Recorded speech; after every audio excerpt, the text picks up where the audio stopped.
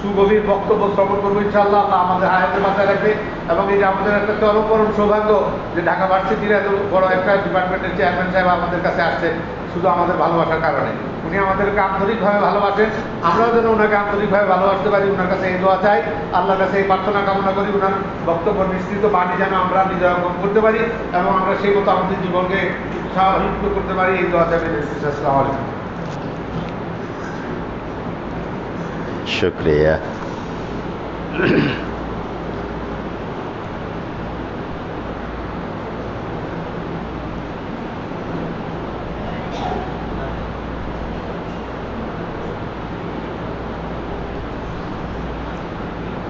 আসসালামু আলাইকুম ওয়া রাহমাতুল্লাহি ওয়া বারাকাতুহু। ওয়া আলাইকুম আসসালাম ওয়া রাহমাতুল্লাহি ওয়া বারাকাতুহু।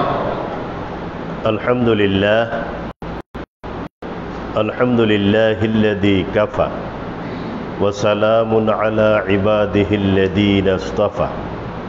আম্মা বা'দ, ফাকাদ ক্বালা আল্লাহু তাআলা ফি কালামিহিল মাজিদ وفرقانه الحميد. أعوذ بالله من الشيطان الرجيم. بسم الله الرحمن الرحيم. وإنك لعلى خلق عظيم. إن الله وملائكته يصلون على النبي يا أيها الذين آمنوا صلوا عليه وسلموا تسليما.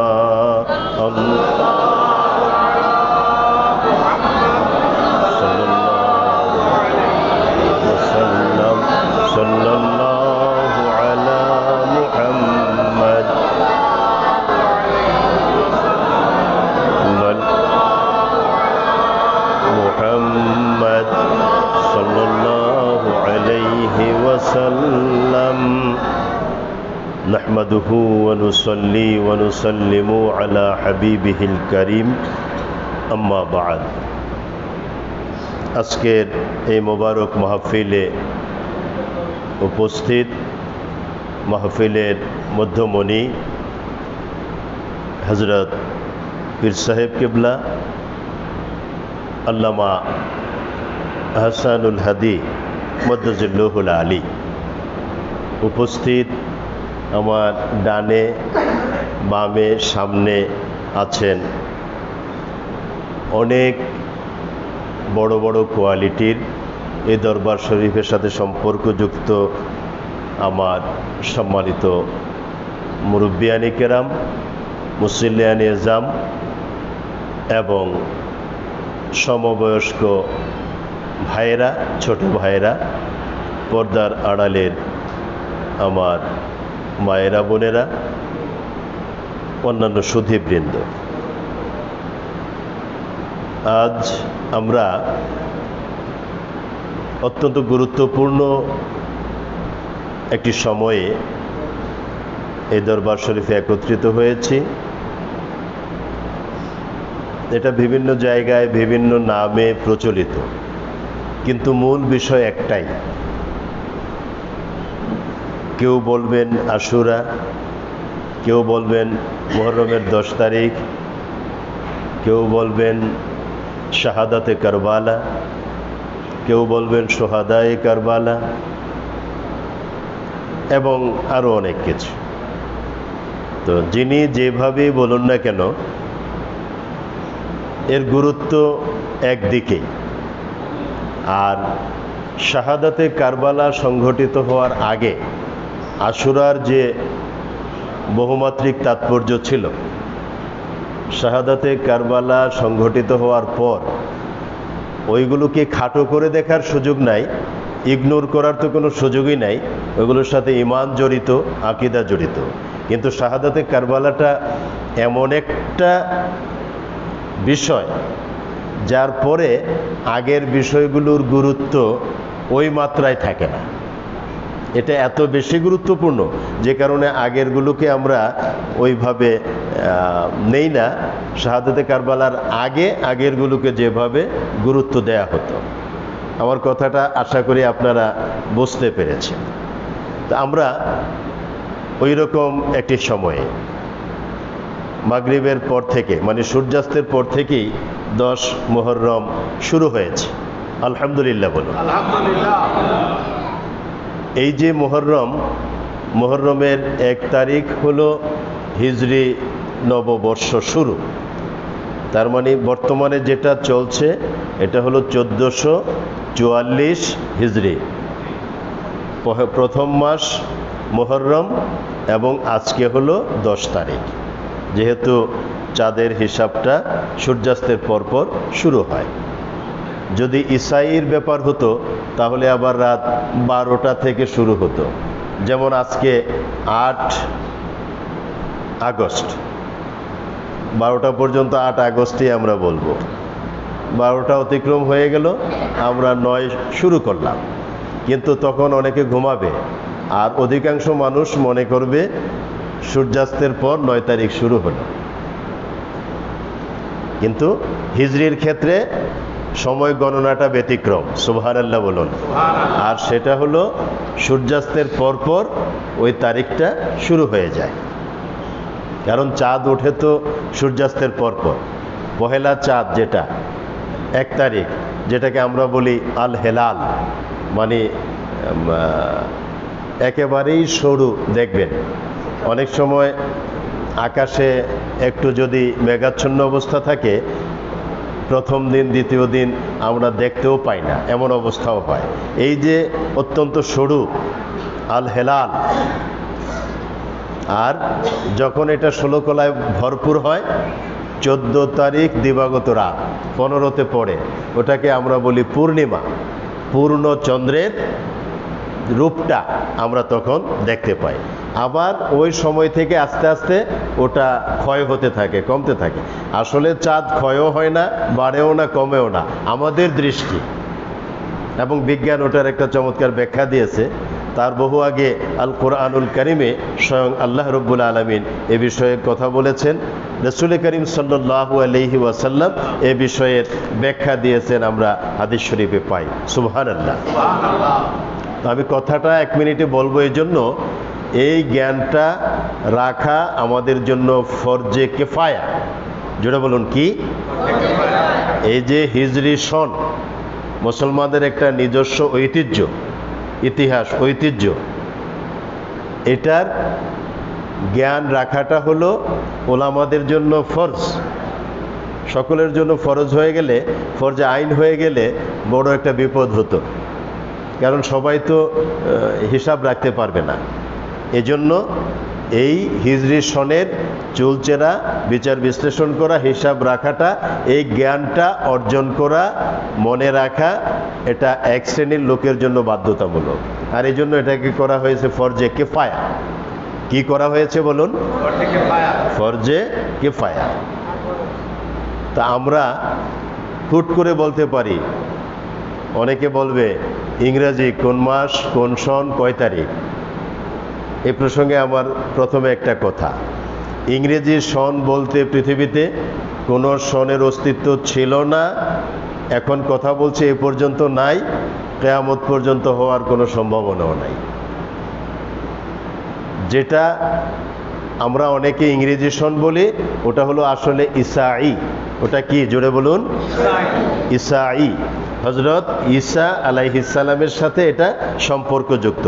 জেসাস ক্রাইস্ট, যিশু খ্রিস্ট আমরা যেটা বলি বাংলাতে, ইংরেজিতে বলি, ওই যিশু খ্রিস্ট, ওখান থেকে খ্রিস্টাব্দ, খ্রিস্ট যোগ অব্দ, খ্রিস্টাব্দ, ওটাকেই আরবিতে বলা হয় ঈসা আলাইহিস সালামের সাথে সম্পর্ক রেখে কোরআনিক টার্মিনোলজি যেটা, যেহেতু ঈসা শব্দটা কোরআন কারিমের শব্দ, একজন অন্যতম শ্রেষ্ঠ রসুলের নাম হযরত ঈসা আলাইহিস সালাম,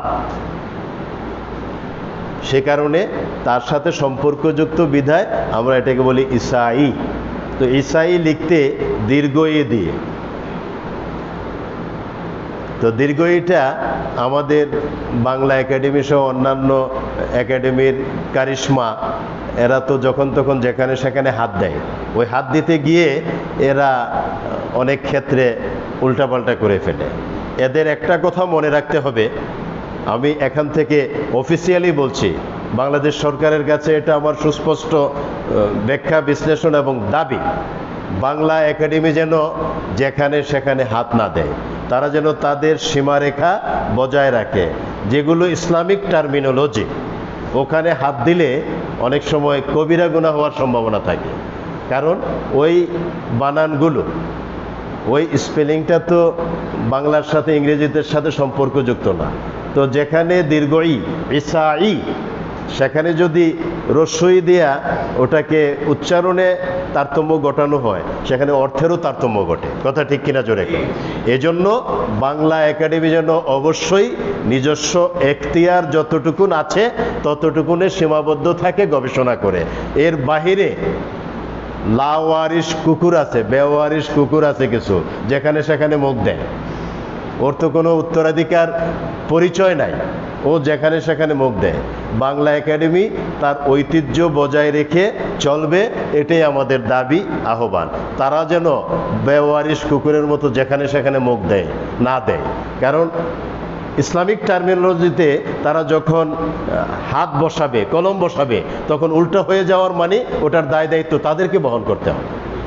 আমার কথাগুলো আপনাদের কাছে ক্লিয়ার? আপনারা এখানে সকলে শিক্ষিত মানুষ। এখানে আমি কারো পক্ষে বিপক্ষে বলি নাই, আমি সত্যের পক্ষে বলেছি, মিথ্যার বিপক্ষে বলেছি। সুতরাং বাংলাদেশ সরকারেরও এখানে একটা বড় দায়িত্ব, বাংলা একাডেমিকে যেন তাদের সীমার ভেতরে রেখে গবেষণা করার সুযোগ করে দেয়, তারা যেন সীমা লঙ্ঘন না করে। আল্লাহ তাআলা বোঝার তৌফিক দিন, আমল করার তৌফিক দিন। সকলে বলুন আমিন। তো আমি যেটা বলছিলাম, ঈসাই দীর্ঘ ই, ওটা যখন রস্যই, তারপরে ওটাকে সংক্ষেপ করার জন্য আমরা সাধারণত বিসর্গ বসাই, কিন্তু ওখানে অনুস্বার ইং, ওই ইং থেকে 99% মানুষ মনে করে এটা বোধহয় ইংরেজি। গন্ডগোলটা ওখানে। ওই যে ইং 2022 ইং, তার মানে 2022 ইংরেজি, নট ইংরেজি, ঈসাই। ঠিক কিনা জোরে কর? তাহলে সবাই মনে রাখবেন এটা হলো ঈসাই। এই সম্পর্কে ধারণা রাখাটা আমাদের জন্য ফরজে কিফায়া। মেডিকেল সায়েন্স, ইঞ্জিনিয়ারিং, টেকনোলজি ইত্যাদি বিষয়গুলো সম্পর্কে জ্ঞান রাখা, এগুলো অর্জন করা, এগুলো চর্চা করাও ফরজে কিফায়া। অন্য ধর্মের যে খুঁটিনাটি বিষয় আপনি ভুল ধরার আগে তো ওই সম্পর্কে জানতে হবে। আপনি কোনো কিছুর সমালোচনা করার আগে তো ওই সম্পর্কে গভীর জ্ঞান আপনার থাকতে হবে। ওই গভীর জ্ঞানটা অর্জন করা আপনার জন্য ফরজে কিফায়া। একটা সার্টেন স্টেজ পর্যন্ত জ্ঞান অর্জন হলো ফরজে আইন, যেটা রাসূলুল্লাহ সাল্লাল্লাহু আলাইহি ওয়াসাল্লাম এইভাবে বলেছেন, তলাবুল ইলমি ফরিদাতুন আলা কুল্লি মুসলিম। ওখানে আবার আমাদের অনেকে একটু যোগ করে বলে ওয়া মুসলিমাতুন। এটার কারণ কি জানেন? এটার কারণ হলো এদের অনেকের কাছে মনে হয় মুসলিম বললে তো শুধু পুরুষকে বোঝায়, মুসলিমাতুন দিয়া নারী জাতিকেও, মহিলাদেরকেও অন্তর্ভুক্ত করা হলো। এটা হলো বোকামি। এখানে মুসলিম দিয়ে রাসূল করিম সাল্লাল্লাহু আলাইহি ওয়াসাল্লাম পুরুষ মহিলা সকলকে বুঝিয়েছেন। আলহামদুলিল্লাহ বলে। এখানে নবীজি যা বলেছেন তার সাথে শব্দ যুক্ত করে ওটাকে পারফেক্ট বানানোর কোনো অধিকার কি আমাদের আছে? আল্লাহ তাআলা যা বলেছেন কোরআন কারিমে, ওখানে কি কিছু শব্দ যোগ কইরা ওটারে পূর্ণাঙ্গ করার এখতিয়ার আমাদের আছে? ওখানে বিয়োগ করার কোনো সুযোগ আছে? একটি জের জবর পেশ পাল্টানোর কোনো ক্ষমতা পৃথিবীর কারো নাই। ঠিক কিনা জোরে কর? এটা আল্লাহ তাআলা কোরআন কারিমে নিজেই বলে দিয়েছেন, ইন্না নাহনু নাযালনা যিকরা ওয়া ইন্না লাহু লাহাফিজুন। কুরআন কারীম এই জিকির আমি আল্লাহ অবতীর্ণ করেছি আমার প্রিয়তম হাবিব রহমতুল্লিল আলামিন শাহানশাহ মদিনা বাদশাহ আম্বিয়া হাবিবে কিবরিয়া নবী দুজাহা আহমদ মুজতবা মুহাম্মদ মুস্তাফা হুজুরপুর নূর নূরুন আলা নূর নূরে মুজাসসাম রহমতুল্লিল আলামিন মুহাম্মদুর রাসূলুল্লাহ সাল্লাল্লাহু আলাইহি ওয়াসাল্লামের প্রতি। সুতরাং আল্লাহ যেভাবে করেছেন এবং আল্লাহ বলেছেন ওয়া ইন্না লাহু লাহাফিজুন, এবং অনন্তকাল ব্যাপী এর হেফাজতের দায়িত্বটাও আমি আল্লাহ। সুবহানাল্লাহ। অতএব ওখানে হাত দেওয়ার কোনো সুযোগ নাই। ঠিক একইভাবে কুরআন কারীম যেমন ওয়াহি, প্রিয় নবীর যে বক্তব্য হাদিস শরীফ ওটাও ওয়াহি।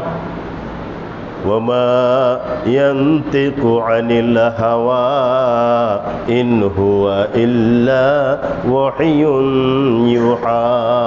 কুরআন কারীমে আল্লাহ তাআলা বলে দিয়েছেন, দুনিয়ার মানুষেরা আমার হাবিব রহমতুল্লিল আলামিন নিজের মন গড়া, হাওয়া থেকে পাওয়া, অনুমান নির্ভর একটি শব্দ উচ্চারণ করেন না। তিনি তো তোমাদের সামনে বলেন তা যা আমি আল্লাহ ওয়াহি হিসেবে তাকে দিয়েছি। তার মানে প্রিয় নবী যা বলেন ওটাই ওয়াহি। কুরআন কারীম হলো ওয়াহি মতলুব, আর হাদিস শরীফ হলো ওয়াহি গায়রে মতলুব। দুটোই ওয়াহি, দুটোই সমান গুরুত্বপূর্ণ। নবীজির বক্তব্য ওয়াহি। ওয়ামা ইয়ানতিকু আনিল হাওয়া ইন হুয়া ইল্লা ওয়াহিয়ুন ইউহা। সুবহানাল্লাহ। তা আমি এতগুলো কথা বলার মানে হলো একটা লেভেল পর্যন্ত জ্ঞান অর্জন করা, বিদ্যা অর্জন করা ফরজে আইন। ইসলামের মৌলিক বিষয়গুলো পুঙ্খানুপুঙ্খ রূপে জানা এবং আমল করার জন্য তো আগে জানতে হবে। জানা মানা ওই পর্যন্ত হলো ফরজে আইন। যেমন 5 ওয়াক্ত নামাজ আপনি আমি পড়ি, জামাতে পড়ি, জামাতে সময় না পেলে যে একা একা পড়ার বিধান, এগুলো তো আগে জানতে হবে। ওই নলেজটা তো আমার কাছে পূর্ণ মাত্রায় থাকতে হবে। ওই জন্য ওই সার্টেন স্টেজ পর্যন্ত ওই নলেজটা অর্জন করা হলো ফরজে আইন। এর বাহিরে উচ্চতর বিদ্যা, যেটাকে আমরা হায়ার স্টাডিজ বলি, উচ্চশিক্ষা বলি না আমরা, তারপরে আরও অনেক উপরে পিএইচডি, পোস্ট ডক্টরাল, আরও কত কিছু। মানুষের লেখাপড়ার তো শেষ নাই। ডিগ্রি ছাড়াও উপরের লেভেলে আরও অনেক পড়াশোনা আছে, গবেষণা আছে, যেগুলো আমাদের ওই বিশ্ববিদ্যালয় লেভেলের অনেক প্রফেসররা, বিভিন্ন লেভেলের ওই ধরনের গবেষকরা এগুলো করেন। ওইগুলো করাও আমাদের জন্য দরকার, জাতির জন্য দরকার, বিশ্ব মানবতার জন্য দরকার। এজন্য ওই লেভেলের জ্ঞান অর্জনটা হলো ফরজে কিফায়া। কি বললাম? ফরজে কিফায়া। তার মানে একথা মনে করার কারণ নাই এমবিবিএস, এফআরসিএস, এফসিপিএস এগুলো পড়া মানে এটা দরকার নাই, এটা নাসারাদের বিদ্যা। নো, কথাটা ঠিক না। এটা নাসারাদের বিদ্যা না, এটা মানব বিদ্যা। সকল মানুষের কল্যাণের জন্য এই বিদ্যা, ঠিক কিনা? এবং ওই বিদ্যাটা অর্জন করা ফরজে কিফায়া। ইঞ্জিনিয়ারিং সেকশনে বুয়েট বলেন, অন্য ইউনিভার্সিটি বলেন, ইঞ্জিনিয়ারিং কলেজ বলেন, পলিটেকনিক ইনস্টিটিউট বলেন, সবগুলোতে পড়াশোনা করা ফরজে কিফায়া। ওই ব্যাখ্যা আর দেব না। আমি মূল কথাটা বলতেছিলাম এই যে ইসাঈ, তার মানে সন। আর আমাদের এরকম একটা মুসলিমদের যে ইতিহাস ঐতিহ্যের স্মারক, এটা হলো হিজরি সন। সুবহানাল্লাহ বলুন। হিজরি সনটা রাসূল করিম সাল্লাল্লাহু আলাইহি ওয়াসাল্লামের মক্কাতুল মুকাররমা থেকে মদিনাতুল মুনাওয়ারায় হিজরতের সাথে যে মহা ঐতিহাসিক গুরুত্বপূর্ণ বিষয়টা জড়িত আছে, হিজরত। এই হিজরতকে স্মরণীয় করে রাখার জন্য স্থায়ীভাবে হযরত ওমর ইবনুল খাত্তাব রাদিয়াল্লাহু তাআলা আনহুর খেলাফত আমলে হিজরি 16 বছর শেষ, হিজরতের পরে 16 বছর শেষ হয়ে 17 বছরের প্রথম দিকে তার খেলাফত আমলে তখন মজলিসে শুরায় বিল এনে, পার্লামেন্টে বিল এনে হিজরি সন বিষয়ক, ওটা সকলের ঐকমত্যের ভিত্তিতে পার্লামেন্টে পাশ করে, মজলিসে শুরা তো পার্লামেন্ট, ওখানে পাশ করে তখন আনুষ্ঠানিকভাবে হিজরি সনের প্রবর্তন করা হয়েছে। সুবহানাল্লাহ বলুন। আর বিলটা যিনি এনেছেন সংসদ সদস্য, দ্যাট ইজ মজলিসে শুরার অন্যতম সদস্য হযরত আবু মুসা আল আশআরী রাদিয়াল্লাহু তাআলা আনহু। হযরত আবু মুসা আল আশআরী রাদিয়াল্লাহু তাআলা আনহু। সুবহানাল্লাহি ওয়া বিহামদিহি সুবহানাল্লাহিল আযীম। এটা তো জানেনই আপনারা, বুখারী শরীফের সর্বশেষ হাদিস। عن أبي هريرة رضي الله تعالى عنه قال قال رسول الله صلى الله عليه وسلم كلمتان خفيفتان على اللسان ثقيلتان في الميزان حبيبتان إلى الرحمن سبحان الله وبحمده سبحان الله العظيم رواه البخاري سبحان الله এটার আলোচনা আজকে করব না, শুধু হাদিস শরীফ খানা বললাম বারাকাতান। তো যে কথা বলছিলাম, এই হিজরি এটা শুরু হয় পহেলা মাস, 1 নম্বর মাস হলো মুহররম মাস। ওটাকে নবীজি বলেছেন শাহরুল্লাহিল মুহররম, শাহরুল্লাহিল মুহররম। অর্থাৎ এই মুহররম মাস হলো আল্লাহর মাস, শাহরুল্লাহ আল্লাহর মাস, আল মুহররম মুহররম আল্লাহর মাস সবই, কিন্তু বিশেষভাবে এটার গুরুত্বের কারণে স্বয়ং রহমাতুল লিল আলামিন সাল্লাল্লাহু আলাইহি ওয়াসাল্লাম হাদিস শরীফে বলেছেন এই মাসটা হলো আল্লাহর মাস, শাহরুল্লাহিল মুহররম। এই মাসের এই যে 10 তারিখ শাহাদাতে কারবালা, আশুরা, এটা নিয়ে অনেক কথা আছে। আমি কিছু কথা হুজুর কিবলা আসার আগ পর্যন্ত সংক্ষেপে আপনাদের সামনে আরো একটু বলতে চাই। আপনাদের অসুবিধা হচ্ছে? আর এই দরবারের সাথে আমার সম্পর্ক স্থায়ী সম্পর্ক, আপনাদের সাথে আমার সম্পর্ক স্থায়ী সম্পর্ক, এটা সাময়িক কোনো সম্পর্ক না। এখানে আমি ওই ভাড়াটিয়া হুজুর হিসেবেও আসি না। এখানে আমার সম্পর্ক হলো আত্মিক সম্পর্ক, রুহানি সম্পর্ক, স্পিরিচুয়ালিজমের যে লেনদেনটা আমাদের সাথে আপনাদের সাথে, এটা সার্বক্ষণিক। আলহামদুলিল্লাহ বলে। তো এখানে রাসূল করিম সাল্লাল্লাহু আলাইহি ওয়াসাল্লাম যখন হিজরত করে মদিনাতুল মুনাওয়ারাতে তাশরিফ আনলেন, তখন এই মুহররমের 10 তারিখে দিনের বেলাতে প্রিয় নবী কয়েকজন সাহাবীকে নিয়ে একটু বেড়াতে গেলেন। হঠাৎ রাস্তায় দেখতে পেলেন কয়েকজন ইহুদি, কয়েকজন কি বললাম? ইহুদি। ইহুদিরা হলো তাওরাতের অনুসারী, জবুরের অনুসারী, আর ইনজিলের অনুসারী তারা হলো খ্রিস্টান। হযরত ঈসা আলাইহিস সালামের উম্মতেরা হলো খ্রিস্টান, আর তাওরাত জবুরের অনুসারী হযরত দাউদ আলাইহিস সালাম এবং হযরত মুসা আলাইহিস সালামের অনুসারীরা হলো ইহুদি। আমরা কি কুরআন কারীমের অনুসারী, প্রিয় নবীর অনুসারী উম্মত, আমরা হলাম মুসলিম। সুবহানাল্লাহ বলুন। মিল্লাতা আবিকুম ইব্রাহিম হুয়া সাম্মাকুমুল মুসলিমিন। সুবহানাল্লাহ। আল্লাহ কোরআন কারীমে বলে দিয়েছেন মুসলিম মিল্লাতের পিতা হলেন ইব্রাহিম আলাইহিস সালাম। মিল্লাতা আবিকুম ইব্রাহিম, এই মুসলিম মিল্লাতের তোমরা যারা আছো, তোমাদের পিতা হলেন ইব্রাহিম আলাইহিস সালাম। আল্লাহ বলতেছেন হুয়া সাম্মাকুমুল মুসলিমিন, যিনি তোমাদের নাম রাখলেন, পরিচয় হিসেবে গোটা পৃথিবীতে জানিয়ে দিলেন ইউ আর দি মুসলিমস।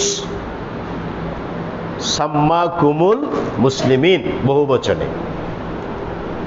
তাহলে ইব্রাহিম আলাইহিস সালাম আমাদেরকে মুসলিম হিসেবে পরিচিত করালেন, নাম রাখলেন মুসলিম।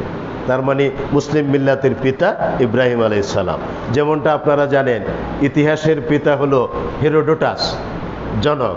মানে এখানে ইতিহাস তো তার বহু আগেই ছিল, ইতিহাস তো পৃথিবীর সৃষ্টির সময় থেকেই। কিন্তু এটা যে ইতিহাস, কাউকে না কাউকে বলতে হবে। ভাত রুটি এগুলো তো আদম আলাইহিস সালাম, হযরত হাওয়া আলাইহিস সালাম জান্নাতে গিয়েও খাইছেন, দুনিয়াতে আসার পরে খাইছেন। কিন্তু তখন যে এটা ভাত রুটি এটা ওটা এই নামে পরিচয় ছিল না, কাউকে না কাউকে বলতে হয়েছে এটা গম, এটা আটা, এটা চাল, রাইস ইত্যাদি, ঠিক কিনা? এটা কোরআন কারিমে আছে। বনি ইসরায়েলের ওই যে খাবার দাবার আকাশ থেকে আল্লাহ পাঠাইতেন মান্না সালোয়া, এদের এগুলো মজা লাগে না, কথা বোঝেন না? ওই যে বাদাম মাছ এগুলো বিনা পরিশ্রমে খায় আর ঘুরে, এগুলোর যত মজার খাবারই আপনি দেন, মজারটা খাইতে খাইতে আর বেশি ভাল লাগে না। ওদের এই মান্না সালোয়া জান্নাতি খাবার ফেরেশতারা দিয়ে যায়, রেডিমেড পায়, এটা ভাল লাগে না। আল্লাহ এটার চেয়ে ভাল লাগে না, ওই খাবার দাও, পেঁয়াজ জ্বলা রান্না করা তরকারি দাও, রসুন দাও। পেঁয়াজ রসুনের কথা এই প্রসঙ্গে কোরআন কারিমে আছে, এটা দাও ওটা দাও। আল্লাহ তখন মান্না সালোয়া বন্ধ করে দিলেন, এবার দুনিয়ার ওই চাউল আটা গম এগুলো দিয়ে পেঁয়াজ রসুন দিয়ে তরকারি দিয়ে খাবার দাবার শুরু হলো। তাহলে আমরা দেখতে পাই এগুলোর নামটা কিন্তু কোরআন কারিমে ওইভাবে আসছে। ঠিক ইতিহাসটাও একটা পর্যায়ে হেরোডোটাস বললেন, মেয়েরা এটাকে বলা হয় ইতিহাস। কি বলা হয়? তখন থেকে মানুষ জানলো এটা ইতিহাস। ইতিহাস আগেই ছিল, মুসলিম আগেই ছিল। আদম আলাইহিস সালাম যখন থেকে তখন থেকেই মুসলিম, বিভিন্ন সময়ে বিভিন্ন নামে। এই যে ইহুদি খ্রিস্টান আমরা বললাম, ইহুদি খ্রিস্টানরাও মুসলিম। যখন তাওরাত জবুর ইনজিলের পরিপূর্ণ অনুসারী তারা ছিলেন, তারা সকলেই মুসলিম। যখন বিকৃত হয়ে আস্তে আস্তে ওরা এদিকে ওইদিকে নড়াচড়া শুরু করলো, আল্লাহ তখন এদেরকে নামটাও ওইভাবে আলাদা করে দিলেন যাতে সহজে মানুষ চিনে এরা ওরা। তাওরাত জবুর ইনজিল তিনটা মিলে কিতাবুল মুকাদ্দাস, ওটা আবার বাংলাতেও বের হয়েছে, বাংলাদেশ বাইবেল সোসাইটি ওটা বের করেছে মোটা কিতাবুল মুকাদ্দাস। ওটা আমি ফ্রম আগা টু গোড়া কয়েকবার খতম দিচ্ছি দাড়ি কমার সহ, কারণ তাওরাত জবুর ইনজিলে কি আছে ওইটা তো আমাদের নখদর্পণে থাকলে আমরা তখন ওদের কথাগুলো দিয়ে ওদেরকে বলতে পারবো, তোমরা এই ভুল পথে আছো, তোমরা সঠিক পথে আছো। কথা ঠিক কিনা? তো ওই যে তাওরাত জবুর ইনজিলের কথা বললাম, এদের মূল কথাটা হলো কোনটা বলছিলাম মনে আছে আপনাদের? কি বলতেছিলাম? নবীজি বেড়াতে গেলেন, দেখলেন কয়েকজন লোক গল্প করতেছে। প্রিয় নবী বললেন, দাঁড়ায়া প্রথমে শুনলেন গল্পটা। একজন আরেকজনকে বলতেছে, এই আমরা তো ইহুদি, আমরা মুসা আলাইহিস সালামের উম্মত। মুসা আলাইহিস সালাম এই মুহররমের 10 তারিখে রোজা রাখছেন, এজন্য আমরাও অনেকে রোজা রাখছি, যারা রাখি নাই একটু রাখার চেষ্টা করি। এরকম তারা কথা বলতেছে। প্রিয় নবী সাথী যারা ছিলেন সাহাবায়ে কেরাম তাদেরকে বললেন, বসো এখানে, আমরা ওদের সাথে একটু কথা বলবো। বসলেন, কথা হলো। নবীজি জিজ্ঞেস করলেন, তোমরা কারা? হুজুর, আমরা তো ইহুদি, আমরা মুসা আলাইহিস সালামের অনুসারী, আমরা আজকে মুহররমের 10 তারিখ রোজা রাখছি।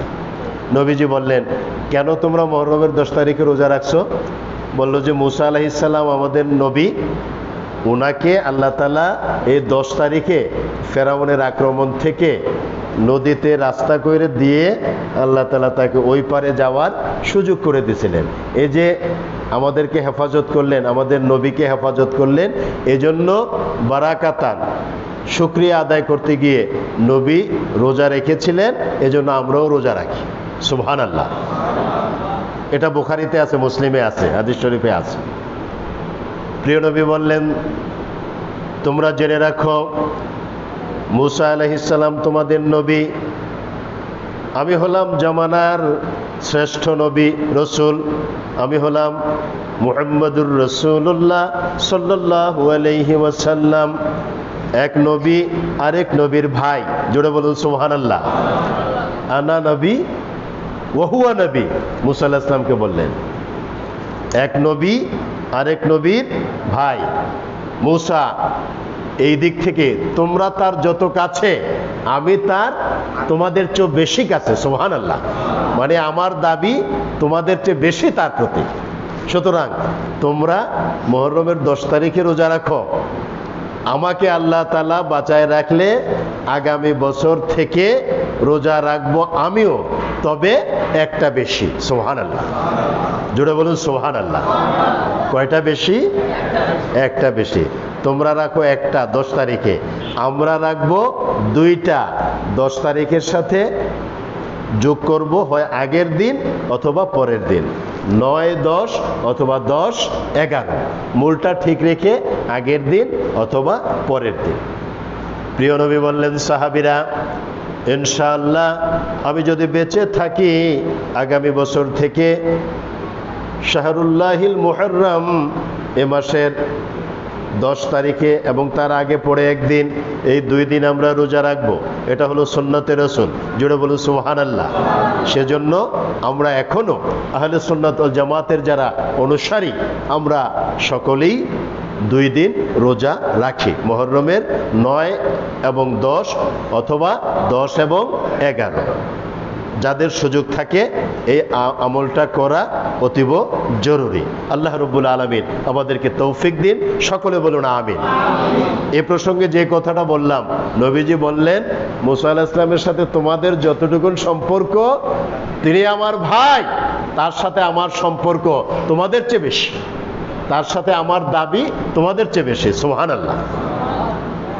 আর সেই হাদিসকে কিয়াস করে আমরা এই কথা এভাবে বলতে পারি, যেটা আমরা দেখেছি আগের জামানায় আকাবের যারা ছিলেন আমাদের, গৌসে পাক, গৌসে সামদানি, আল হাসানি ওয়াল হুসাইনি, সৈয়দ বড় পীর মুহিউদ্দিন আব্দুল কাদের জিলানি রহমতুল্লাহ আলাই, এরকম যারা ছিলেন, হযরত খাজা বাবা, খাজায়ে খাজেগান, আজমেরি সঞ্জেরি, হযরত মুঈনুদ্দিন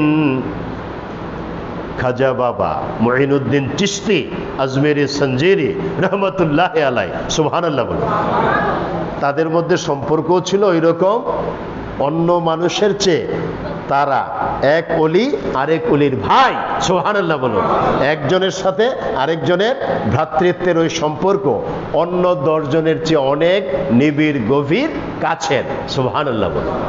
ঠিক একইভাবে যুগে যুগে কিয়ামত পর্যন্ত ওই ধরনের আল্লাহওয়ালা ব্যক্তিদের সম্পর্ক, রুহানিয়াতের যে সম্পর্ক, সিনা বসিনা যে সম্পর্কটা আছে, তাদের সম্পর্কটা সাধারণ মানুষের চেয়ে আরো বেশি নিবিড়, গভীর।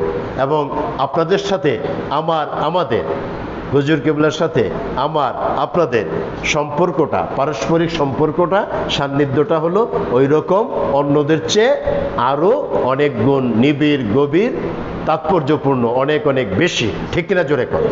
সুতরাং এই সম্পর্কটা বজায় রাখলেই হলো রুহানিয়াত চর্চা, তাসাউফ চর্চা, এই স্পিরিচুয়ালিজম চর্চার, আধ্যাত্মিকতা চর্চার, তরিকা চর্চার সফলতা, সার্থকতা।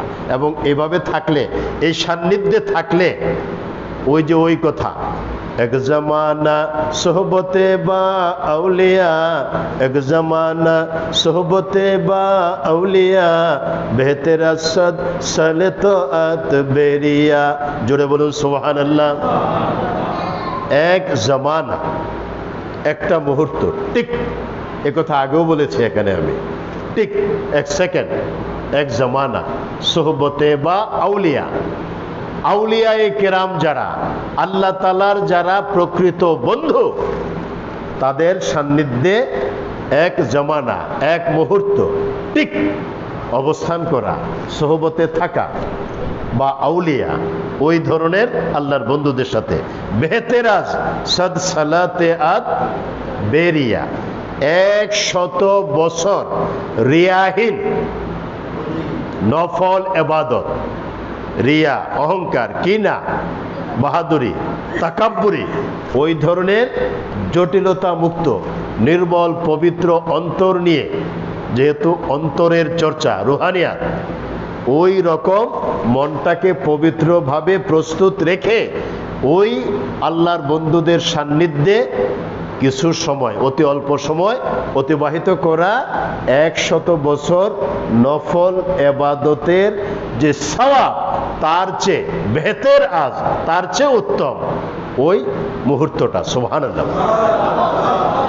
তাহলে এখানে দুটো বিষয়। নাম্বার হলো আল্লাহর ওই রকম বন্ধু হতে হবে।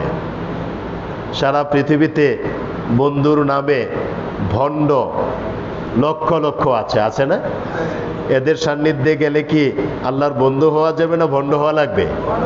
আরো জোরে বলুন, ভণ্ড হওয়া লাগবে। অতএব যাওয়ার আগে সাবধান, কোথায় যাচ্ছেন? পরীক্ষিত আল্লাহর বন্ধু থাকতে তিরিং বিরিং কইরা গোতলা গাতলা দিয়া বাইম মাছের মতো ছুইটা টুইটা অন্যদিকে সুবিধা আদায়ের জন্য দৌড়াইতে গেলে নিজের পায়ে নিজে কুড়াল মারা ছাড়া আর কোনো বিকল্প নাই। কথা ঠিক কিনা জোরে কর।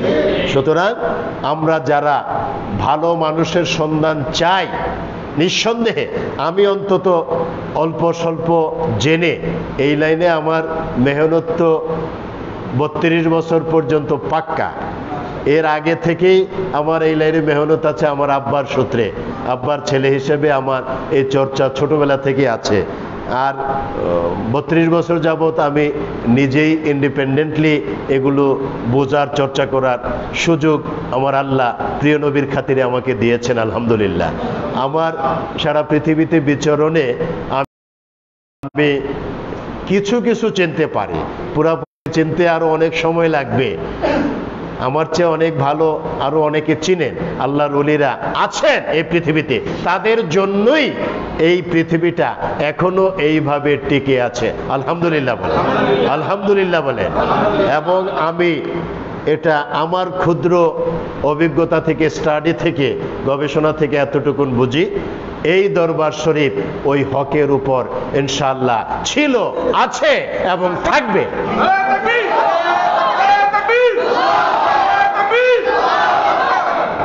বন্ধুরা আমার, এই দরবারের হযরত পীর সাহেব কেবলার সাথে আমার অনেক অনেক সম্পর্কের মধ্যে সবচেয়ে বড় সম্পর্ক এটাই।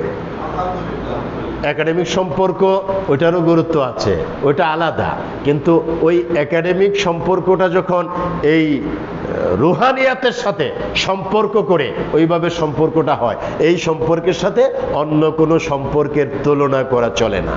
কথা ঠিক কিনা? আর এই সম্পর্কটা আপনাকে এই জগতেই সীমাবদ্ধ রাখে না, এই সম্পর্কটা পরজগতেও এরকমই কাজে লাগে। এবং এই সম্পর্কটা আপনি জান্নাতে যাওয়ার পরেও শেষ হয় না, ওখানে আরো মজবুত হয়। কারণ যার সাথে যার সম্পর্ক তারা কাছাকাছি জান্নাতে থাকবেন। সুবহানাল্লাহ বলুন, আরো জোরে বলুন সুবহানাল্লাহ। তাইলে ওই জন্যই আল্লাহ তাআলা বলেছেন, বান্দারে আমার বন্ধু ওরা, তুমি যদি আমার বন্ধু হতে চাও, বান্দা থেকে বন্ধু, তাহলে আমার ওই পরীক্ষিত বন্ধুদের সান্নিধ্যে গিয়ে তুমিও আমার বন্ধু হতে পারো।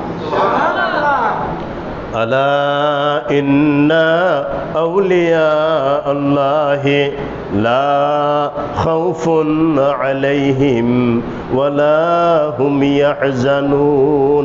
সুবহানাল্লাহ। আলা, সাবধান, আল্লাহ নিজে বলে দিয়েছেন। এই কথাগুলো ভেরি পয়েন্টেড, এগুলো একেবারে এমনভাবে নির্দেশ করে একটা কিছু অ্যালার্মিং পয়েন্ট আপনাকে বুঝায়। আল্লাহ যেখানে বলবেন আলা, সাবধান, তার মানে এমন কথা আল্লাহ এখন বলবেন যেটাকে সর্বোচ্চ গুরুত্ব দিয়ে শুনতে হবে। আলা, কথাটা বলবেন আল্লাহ, এবং আল্লাহ নিজে এখন বললেন প্রথমেই আলা, তাহলে এটার গুরুত্ব কতটুকু? এরপরে আল্লাহ বললেন ইন্না, নিশ্চয়, আউলিয়া বহু বচন, এক বচন উলি, উলি বন্ধু, আল্লাহর বন্ধু, আমাদের অভিভাবক। সুবহানাল্লাহ বলুন, আমাদের গার্ডিয়ান, আল্লাহর কি বন্ধু, প্রিয় নবীর বন্ধু, আমাদের অভিভাবক। আউলিয়া আল্লাহ, তাইলে আল্লাহ তাআলার বন্ধু সকল, বহু বচনে, আল্লাহর যারা বন্ধু হওয়ার যোগ্যতা অর্জন করেছেন। আল্লাহ বলতেছেন সাবধান, নিশ্চয় আমার ওই যে বন্ধুগুলো এদের সম্পর্কে আমি আল্লাহ দুটো সার্টিফিকেট দিলাম কোরআন কারিমে, সুবহানাল্লাহ বলুন। নাম্বার 1, লা খাউফুন আলাইহিম। নাম্বার 2, ওয়ালা হুম ইয়াহজানুন। মারহাবা, নারায়ে তাকবীর, নারায়ে রিসালাত। বন্ধুরা আমার, আল্লাহ বললেন দুটো সার্টিফিকেট। নাম্বার 1, লা খাউফুন আলাইহিম। নাম্বার 2, ওয়ালা হুম ইয়াহজানুন। একটা এই দুনিয়ায়, আরেকটা পরকালে। সুবহানাল্লাহ। লা খাউফুন আলাইহিম এই দুনিয়ার জন্য প্রযোজ্য,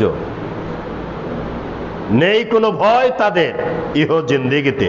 সুবহানাল্লাহ।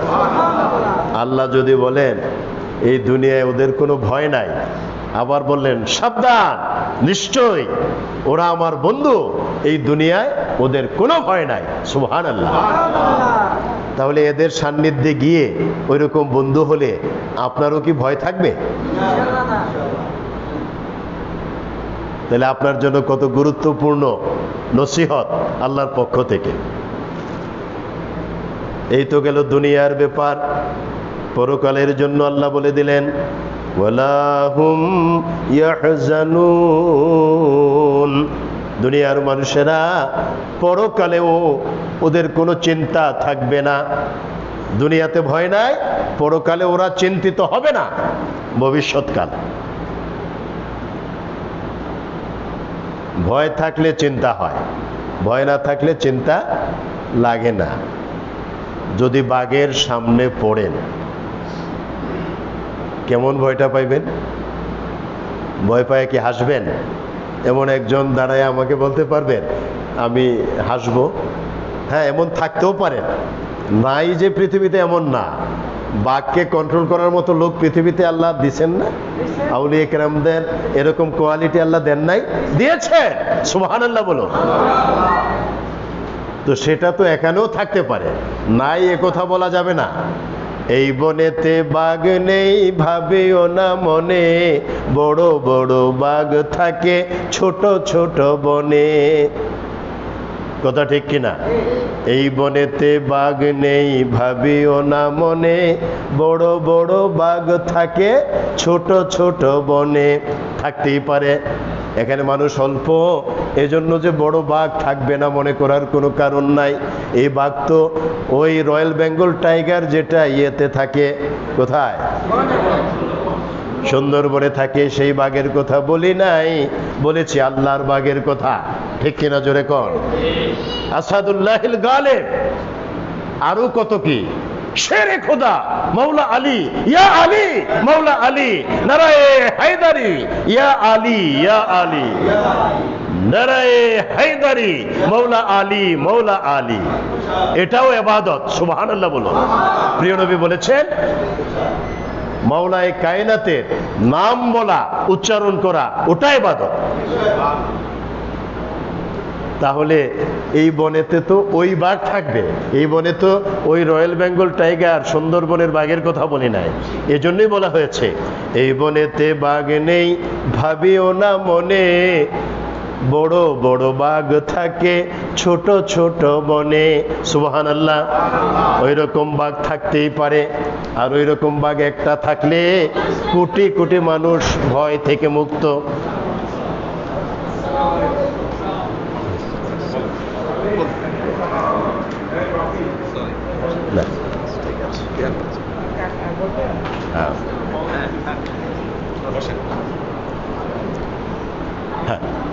আমি লম্বা করব না, এই প্রসঙ্গটা শেষ করে ইনশাল্লাহ আমি হুজুরের কাছে মাইক দিয়ে দেব।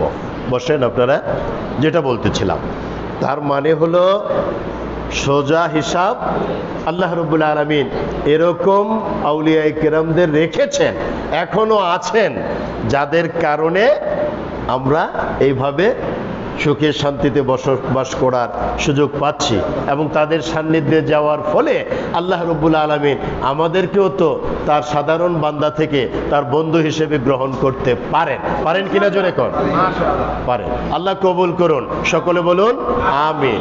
তো যেটা বলছি সেটা হলো যে এর জন্য প্রস্তুতি লাগবে। ওই রুহানিয়াতের প্রস্তুতি।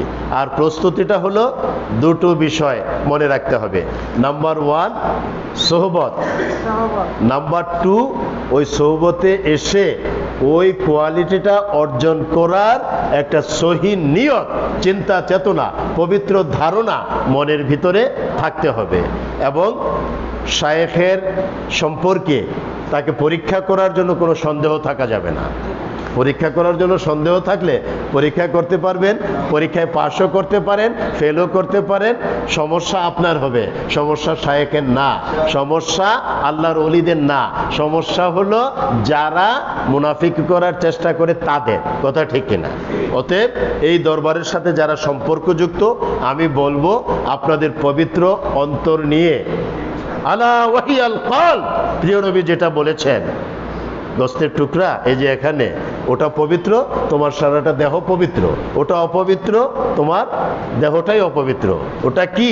আলা ওয়াহিয়াল কাল, প্রিয় নবী বলেছেন আলা, সাবধান, ওটা হলো তোমার কাল।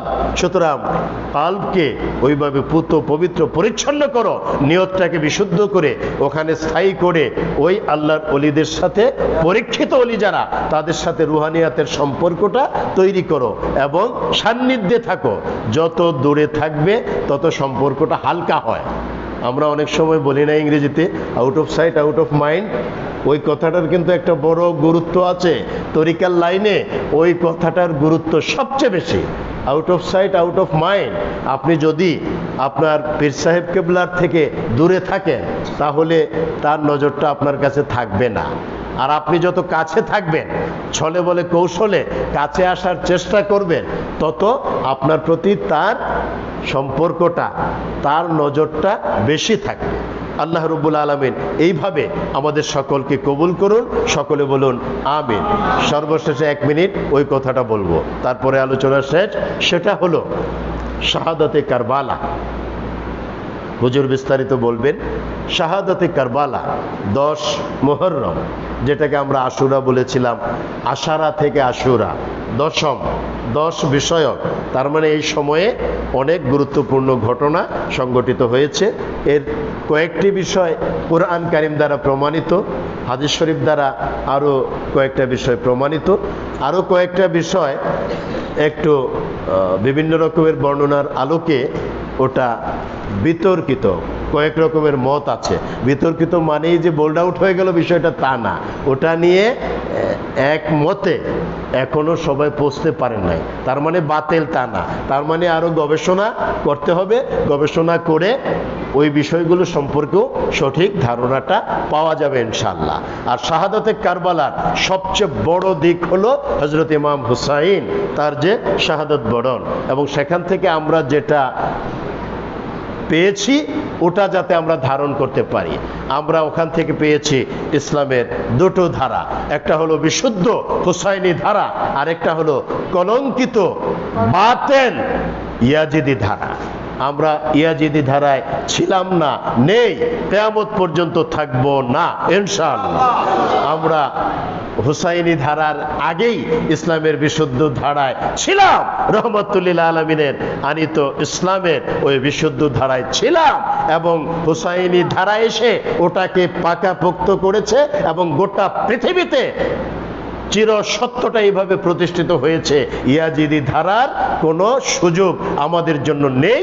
আমরা এখন থেকে পার্মানেন্টলি রহমতুল লিল আলামিনের ওই বিশুদ্ধ ধারা যিনি বহন করছেন, তার সম্মানিত মুবারক নাতি ইমামে আকবর ইমাম হুসাইন রাদিয়াল্লাহু তাআলা আনহুর যে শাহাদাতে কারবালার বিশুদ্ধ ইসলামী ধারা, ওই ধারার উপর আমরা তখন থেকে আছি, এখনো আছি, কিয়ামত পর্যন্ত থাকবো ইনশাআল্লাহ। আল্লাহ রাব্বুল আলামিন আমাদের সকলকে এইভাবে কবুল মঞ্জুর করুন। আমিন সুম্মা আমিন। ওয়া আখিরু দাওয়ানা আনিল হামদুলিল্লাহি রাব্বিল আলামিন। ওয়াসসালামু আলাইকুম ওয়া রাহমাতুল্লাহি ওয়া বারাকাতুহু। ওয়া আলাইকুম আসসালাম ওয়া রাহমাতুল্লাহি ওয়া বারাকাতুহু।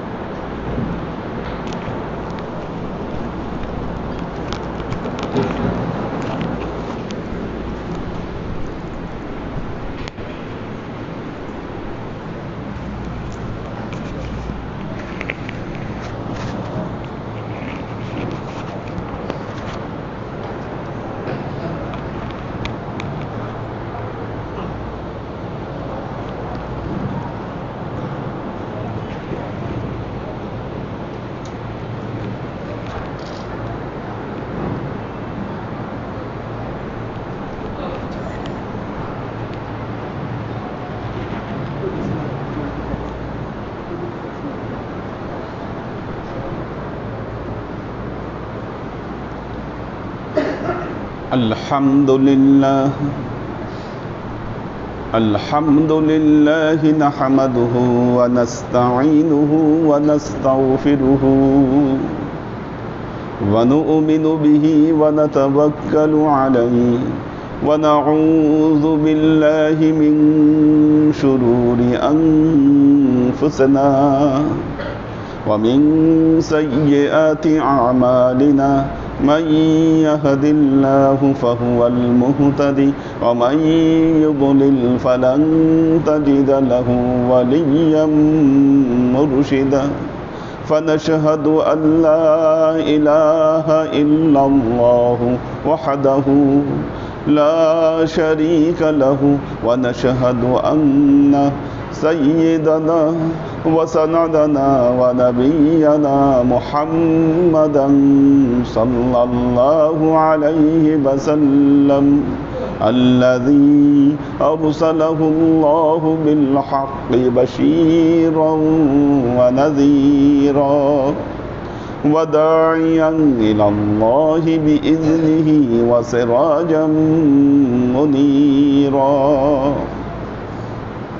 وقال الله تعالى في كلامه المجيد وفرقانه الحميد ما كان محمد أبا أحد من رجالكم ولكن رسول الله وخاتم النبيين وكان الله بكل شيء عليما إن الله وملائكته يصلون على النبي يا أيها الذين آمنوا صلوا عليه وسلموا تسليما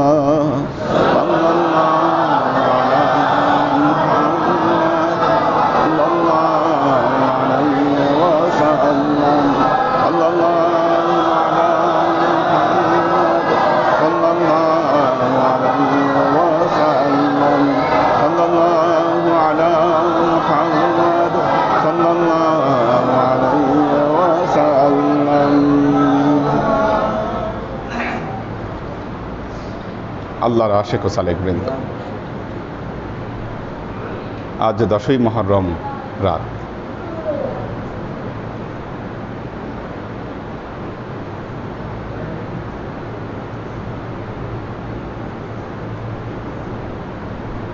আরবিতে 10কে বলা হয় আশারা, আর এই 10 তারিখের যে রাত, সেই রাত হচ্ছে আশুরা। ইসলামের ইতিহাসের অত্যন্ত গুরুত্বপূর্ণ, সবচাইতে নির্মম, পৃথিবীর ইতিহাসে যে নির্মম হত্যাকাণ্ড ঘটেছিল, এই হত্যাকাণ্ড ঘটেছিল 10ই মুহররম কারবালার প্রান্তরে আল্লাহর নবীর কলিজার টুকরা ইমাম হুসাইন রাদিয়াল্লাহু তাআলা আনহুর শাহাদতের মাধ্যমে। দেখুন, আশুরার গুরুত্ব নিয়ে আমরা অনেক আলোচনা করি। যেমন আজকে একজন আলেমের বক্তব্য দেখলাম, বাংলাদেশের স্বনামধন্য একজন আলেম, তিনি বক্তব্যে বলছেন আশুরা হচ্ছে আমাদের বিজয় দিবস। বিজয় দিবস কেন? মুসা আলাইহিস সালাম বিজয় লাভ করেছিলেন। যেহেতু মুসা আলাইহিস সালাম বিজয় লাভ করেছিলেন, আর এই বিজয়ের শুকরিয়ায় আল্লাহর নবী রোজা রেখেছিলেন, সেই জন্য আশুরা হচ্ছে বিজয় দিবস। ব্যাখ্যাটা দেখেন। বাংলাদেশের একজন স্বনামধন্য আলেম, খুব অ্যাক্টিভ আলেম, যুক্তি দেখেন কোথায়। আজকে হচ্ছে বিজয় দিবস, তার কারণ হচ্ছে মুসা আলাইহিস সালামকে আল্লাহ বিজয় দিয়েছিলেন। পূর্ববর্তী শরীয়তে কি ঘটেছিল সেগুলো আমাদের ইতিহাস, আমরা জানব, জানার প্রয়োজন আছে, গুরুত্ব বহন করে। কিন্তু আমাদের নবী মুহাম্মদ মুস্তাফা সাল্লাল্লাহু আলাইহি ওয়াসাল্লামের পর আমাদের নতুন শরীয়তের সূচনা হয়েছে।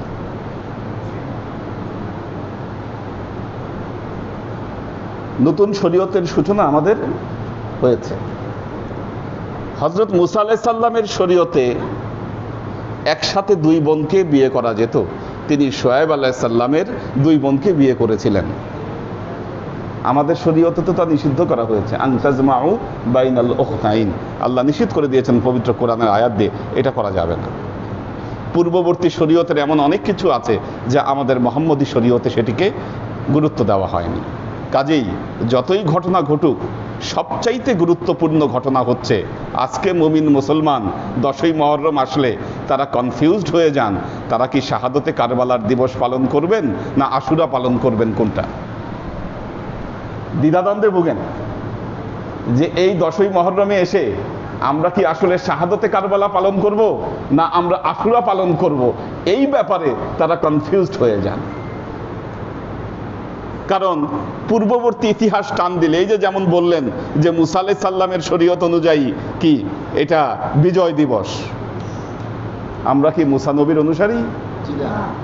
আমাদের শরীয়ত অনুযায়ী 10ই মুহররমে কি ঘটনা ঘটেছিল, আমাদের দৃষ্টিতে সবচাইতে গুরুত্বপূর্ণ ঘটনা ছিল এই 10ই মুহররমে ইমাম হোসাইনের শাহাদাত।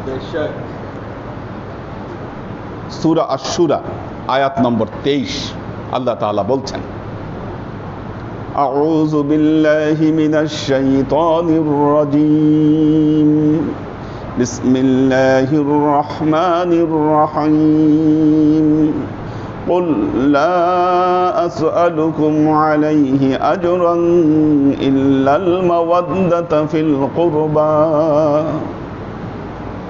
আল্লাহ তার নবীকে বলছেন কুল, কুল মানে বলুন, হে নবী আপনি বলুন। কাদেরকে বলবেন? কাদেরকে? মুখাতেবকে, নবীর উম্মত। আল্লাহ তার নবীকে বলছেন কুল, হে নবী আপনি বলুন। কাদেরকে বলবেন? আপনার উম্মতকে বলুন। এই কুলের মুখাতেব হচ্ছে উম্মতে মুহাম্মাদি। আপনি আপনার উম্মতকে বলুন, লা আসআলুকুম আলাইহি আজরা, লা আসআলুকুম, লা আমি চাই না, আসআলুকুম আমি প্রার্থনা করি না, আলাইহি আমি তোমাদের কাছে কোরআন দিয়েছি, তোমাদেরকে নামাজ শিখিয়েছি, জাকাতের পদ্ধতি তোমাদেরকে দেখিয়ে দিয়েছি, পুরো শরীয়ত আমি মুহাম্মদ মুস্তাফা সাল্লাল্লাহু আলাইহি ওয়াসাল্লাম তোমাদের কাছে আমি উপস্থাপন করেছি। এর বিনিময়ে লা আসআলুকুম আলাইহি আজরা, আমি কোনো আজর চাই না, আমি কোনো প্রতিদান চাই না। ইল্লা, হ্যাঁ একটা জিনিস আমি চাই, কোনো প্রতিদান আমি চাই না, তবে একটা জিনিস চাই। সেই একটা জিনিস কি? আল মাওয়াদ্দাতা ফিল কুরবা। হে উম্মত তোমরা জেনে রেখো, আমি একটা জিনিস তোমাদের কাছে চাই, সেটা হচ্ছে আল মাওয়াদ্দাতা ফিল কুরবা। আমার যে নিকট আত্মীয় রয়েছে, আমার যে পরিবার পরিজন রয়েছে, এই পরিবার পরিজনের প্রতি তোমাদের ভালোবাসা, এই একটা জিনিস আমি শুধু চাই। লা আসআলুকুম আলাইহি আজরা, আমি কোনো প্রতিদান তোমাদের কাছে চাই না। একটা জিনিস আমি তোমাদের কাছে, যে নবুয়াত, যে রিসালাতের দায়িত্ব আমি তোমাদের কাছে পৌঁছে দিয়েছি, এর বিনিময়ে একটা জিনিস আমি চাই, আল মাওয়াদ্দাতা ফিল কুরবা। তোমরা আমার আত্মীয় স্বজন যারা রয়েছে তাদের প্রতি তোমরা ভালো ব্যবহার করবা।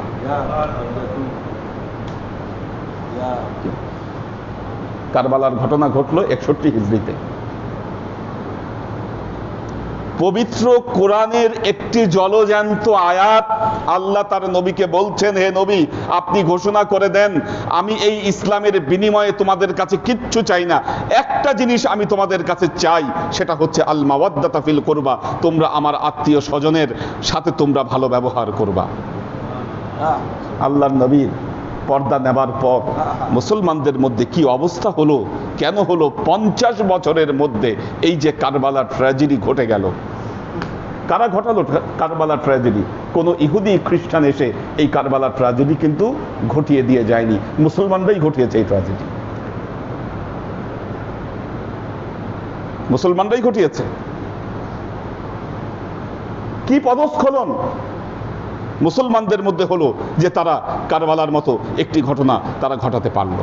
দেখুন আল্লাহর নবী বিদায় হজ সেরে মদিনায় ফিরছেন, 18ই জিলহজ তিনি গাদিরে খুব নামক জায়গায় যাত্রা বিরতি করলেন এবং যাত্রা বিরতি করার পর আল্লাহ নবী একটি ভাষণ দিলেন। সেই ভাষণে বললেন, লাকাত তারাকতু ফিকুমুস সাকালাইন, হে মানুষ সকল, তোমরা জেনে রেখো আমি তোমাদের কাছে দুটো জিনিস রেখে যাচ্ছি, কিতাব আল্লাহ ইতরাতি ওয়া আহলে বেইতি, আমি আমার কিতাব রেখে যাচ্ছি, পবিত্র কোরআন রেখে যাচ্ছি, আর আমার আহলে বেইতকে আমি তোমাদের কাছে রেখে যাচ্ছি। আমার আহলে বেইতকে তোমাদের কাছে রেখে দিলাম।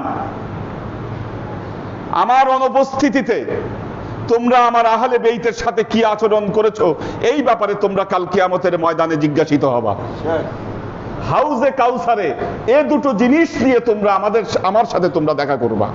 আমি তখন তাদের সাথে তোমরা কি নীতি অবলম্বন করেছো সেই ব্যাপারে তোমাদেরকে জিজ্ঞাসিত আমি করব। বলুন, যেই ইতরাতি ও আহলে বেইতি আল্লাহর নবী রেখে গেলেন কারবালার এই ঘটনায়, এই ছিল আল্লাহর নবীর এই আত্মীয় এবং মাবাদ্দাতা ফিল কুরবার সাথে এই নীতি মুসলমান অবলম্বন করেছিল। যদি আপনি এদের দলভুক্ত হন, আপনি যদি এদের দলভুক্ত হন, আপনার কি পরিণতি হতে পারে আপনি নিজেই চিন্তা করে দেখুন। সাফাই গান আপনি সাফাই বলেন, শোক পালন করা যাবে না, কি মানুষের আবেগের উপর ফতোয়া দেন, কি আবেগ অনুভূতি আপনার ফতোয়া দিয়ে চলতে হবে, আপনি আজকে এই ব্যবস্থা করছেন। হুসাইন কে হুসাইন? আপনি কার পক্ষ অবলম্বন করতে চান? হুসাইনের শোক পালন করলে আপনার অন্তরে লাগে আপনি মুসলমান, কি আপনি মুসলমান? শাহাদতে কারবালা নিয়ে আপনি একটা কথা বলেন না, মুখ খুলেন না। আপনি 10ই মুহররম গেলে মসজিদের মেম্বারে বসে আজে বাজে কথা বলে আপনি সময় পার করেন, আপনি শাহাদতে কারবালা নিয়ে একটা কথা বলেন না। হোসাইনের পক্ষে মুখ খুললে আপনি ভয় পান কেন? কিসের ভয় পান আপনি? আপনার উদ্দেশ্য কি? কে ছিলেন হোসাইন? একজন মানুষ। আল্লাহ নবীর অনেক সাহাবী ছিলেন, নিঃসন্দেহে তারা জান্নাতি। as-সাহাবাতি কান-নুজুম, আমার সাহাবীরা হচ্ছে আকাশের নক্ষত্রের মতো, আকাশের নক্ষত্রের মতো। আকাশের নক্ষত্র যারা, তারা জান্নাতি নিঃসন্দেহে। একজন জান্নাতীর মাকাম কত উপরে হতে পারে, তিনি জান্নাতুল ফেরদৌসে যাবেন, অনেক নৈকট্য অর্জন করবেন, যা কিছু হতে পারে। কিন্তু হোসাইনকে আল হাসান আল হুসাইন সাইয়্যিদুশ শাবাব ফিল জান্নাহ, হাসান এবং হুসাইন হচ্ছে জান্নাতীদের সর্দার, জান্নাতের সর্দার তারা। মা ফাতেমা, যে হুসাইন মা ফাতেমার কলিজার টুকরা ছিলেন, এই হুসাইন হচ্ছেন জান্নাতের সর্দার। আপনি হুসাইনের পক্ষে কথা বলবেন না, আর জান্নাতের সর্দারের সাথে আপনি থাকবেন না, আপনি জান্নাতে যাওয়ার স্বপ্ন দেখেন। আপনার মতো আহাম্মক এই পৃথিবীতে কেউ হতে পারে না। আল্লাহর আশিক ও সালেক বৃন্দ, দেখুন রাসূলুল্লাহ সাল্লাল্লাহু আলাইহি ওয়াসাল্লাম একদিন বসে আছেন, আল্লাহর নবীর এক পাশে হাসান এবং হোসেন বসে আছেন, ইমাম হাসান হোসেন বসে আছেন, আর আল্লাহর নবীর আরেক কোলের আরেক পাশে বসে আছে আল্লাহর নবীর সন্তান হযরত ইব্রাহিম। হযরত ইব্রাহিম, জিবরাইল আমিন অবতরণ করলেন, বললেন, ইয়া রাসূলুল্লাহ, আল্লাহ আপনার কাছে একটা পয়গাম পাঠিয়েছেন। এই যে আপনার কোলের দুই দিকে দুইজনকে নিয়ে বসে আছেন, এদের যে এই যে দুই, একদিকে আপনার নাতি আর আরেক দিকে আপনার সন্তান, যে কোনো এক দলকে আপনাকে বেছে নিতে হবে। আল্লাহ নবী বললেন,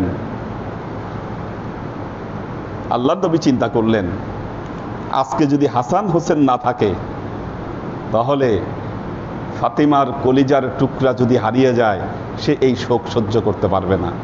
আর যদি ইব্রাহিম ইন্তেকাল করে, ইব্রাহিম যদি চলে যায়, এই শোক শুধু আমার থাকবে।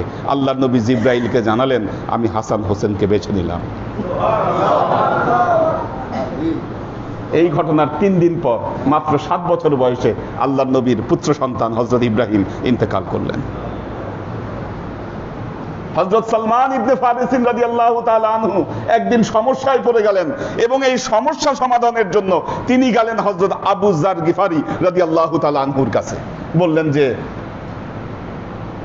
আমি একটা সমস্যায় পড়েছি ভাই, সমস্যায় পড়ে আপনার কাছে আমি আসছি। কি সমস্যা? বললেন, আল্লাহর নবী আহলে বেইতের সদস্যদেরকে মহব্বত করতে বলেছেন। আমি তো আহলে বেইতের সদস্যদের সবাইকে মহব্বত করি, কিন্তু আমি হোসাইনকে সবচেয়ে বেশি ভালোবাসি। এটা সমাধান কি হতে পারে? হযরত আবু যার গিফারি রাদিয়াল্লাহু তাআলা আনহু বললেন, ভাই আমি তো একই সমস্যায় আছি, আমার সমস্যা তো একই, আমিও তো হোসাইনকে বেশি ভালোবাসি, তাহলে এটা সমাধান কি হতে পারে? চলেন আমরা মাওলা আলীর কাছে যাই। গেলেন হযরত আলী রাদিয়াল্লাহু তাআলা আনহুর কাছে এই সমস্যা নিয়ে, যে আমার তো এই সমস্যা, আমি আহলে বেইতের সবাইকে মহব্বত করতে হবে, আপনিও তো আহলে বেইতের সদস্য, মাওলা আলীকে গিয়ে বলতেছেন আপনি আহলে বেইতের সদস্য, কিন্তু আমাদের সমস্যা হলো আমরা আপনার চেয়েও আমরা হোসাইনকে আমরা বেশি ভালোবাসি, এটা সমাধান কি?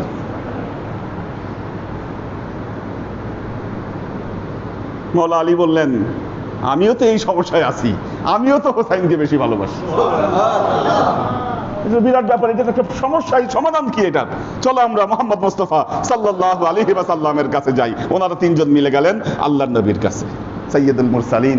আল্লাহর নবীকে বললেন, ইয়া রাসূলুল্লাহ, আমরা একটা সমস্যা নিয়ে এসেছি।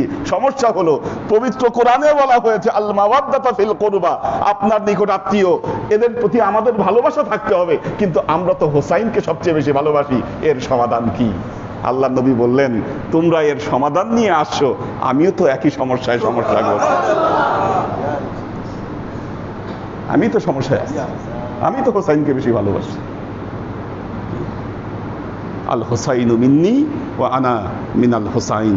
আল্লাহ নবী বললেন, আমি হোসাইন থেকে, হোসাইন আমার থেকে।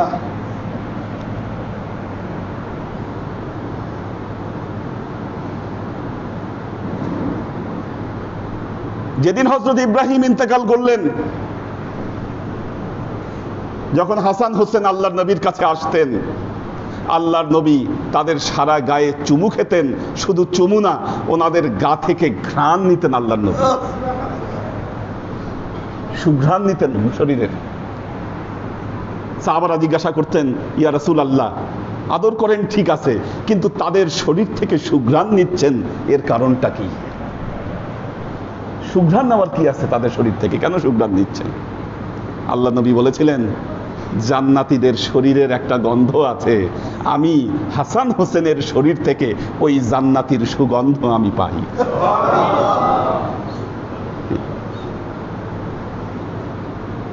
জান্নাতীর সুগন্ধ আমি হাসান হোসেনের শরীর থেকে আমি পেয়ে থাকি। আল্লাহর আশিক ও সালেক বৃন্দ,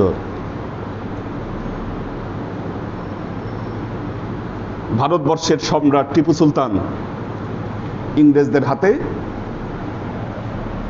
শাহাদত বরণ করেছে। টিপু সুলতানের যখন জানাজা হয়, ইংরেজরা তপধ্বনি দিয়ে তার জানাজা পড়িয়েছিল। তপধ্বনি দেওয়া হয়েছিল জানাজার সময়। কিন্তু ইমাম হুসাইনের যখন শাহাদত বরণ করে, তার জানাজাটা পর্যন্ত পড়তে দেয়নি এই ইয়াজিদ বাহিনী। জানাজা তো পড়তে দেয়নি, ওনার দেহ মোবারক কারবালার প্রান্তরে পুঁতে দেওয়া হয়, যাতে দেহ মোবারক আর খুঁজে না পাওয়া যায়।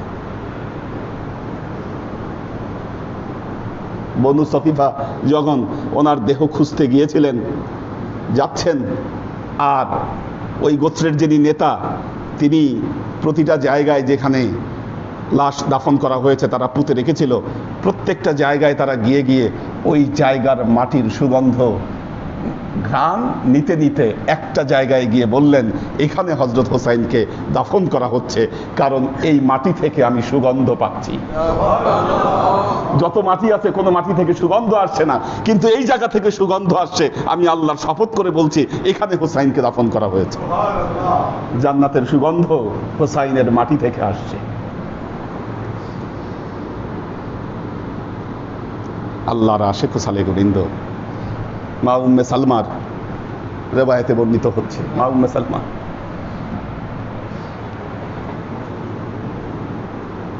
একদিন একজন আগন্তুক আল্লাহ নবীর সাথে দেখা করতে আসলেন। একজন আগন্তুক, সে আগন্তুক আর কেউ না, হযরত জিবরাইল আমিন।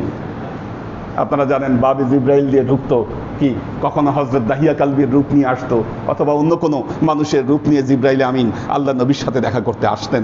এবং যখন দেখা করতে আসতেন আল্লাহ নবীর সাথে, আল্লাহ নবী তখন স্পেশালি ওই সময়টা নিতেন। জিবরাইল আমিন এসেছেন দেখা করতে আল্লাহ নবীর সাথে। মা উম্মে সালমাকে আল্লাহর নবী দরজায় দাঁড় করায় রাখলেন, বললেন, খুব গুরুত্বপূর্ণ কথা বলবো ভেতরে, কেউ যেন ভেতরে না আসে।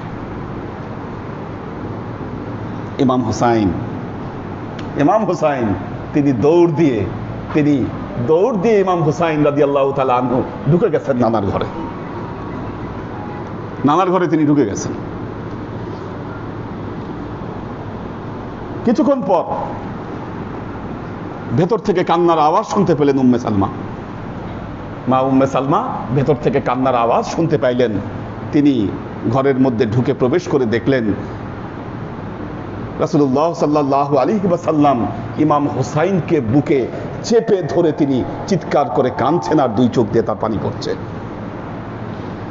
আল্লাহ নবীর দুই চোখ বেয়ে পানি গড়িয়ে গড়িয়ে পড়ছে। উম্মে সালমা জিজ্ঞাসা করলেন, ইয়া রাসূলুল্লাহ, আপনি কেন এইভাবে কাঁদছেন? বললেন, জিবরাইল আমিন আমাকে এই সংবাদ দিয়েছে, এই পুত্রকে, আমার এই সন্তানকে আমার উম্মত হত্যা করবে, এই আগাম সংবাদ আমাকে জিবরাইল আমিন দিয়ে গিয়েছে। এমনকি সেই জায়গাও আমাকে দেখিয়ে দিয়ে গিয়েছে, সেই জায়গার মাটি আমাকে দিয়ে গিয়েছে। মা উম্মে সালমা ওই মাটিকে সংরক্ষণ করে রেখেছিলেন।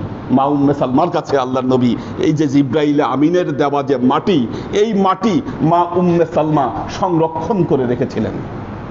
কারবালার ঘটনা যেদিন ঘটেছিল সবাই জানেন, ইমাম হুসাইন রাদিয়াল্লাহু তাআলা আনহু মদিনা থেকে তিনি কুফার দিকে তিনি রওনা দিয়েছেন। কুফার কি ঘটনা হবে এটা কিন্তু কেউ জানতো না, যে কুফার এই ঘটনা ঘটেছে। ওই সময় তো খবর এত তাড়াতাড়ি পৌঁছানোর কোনো উপায় ছিল না।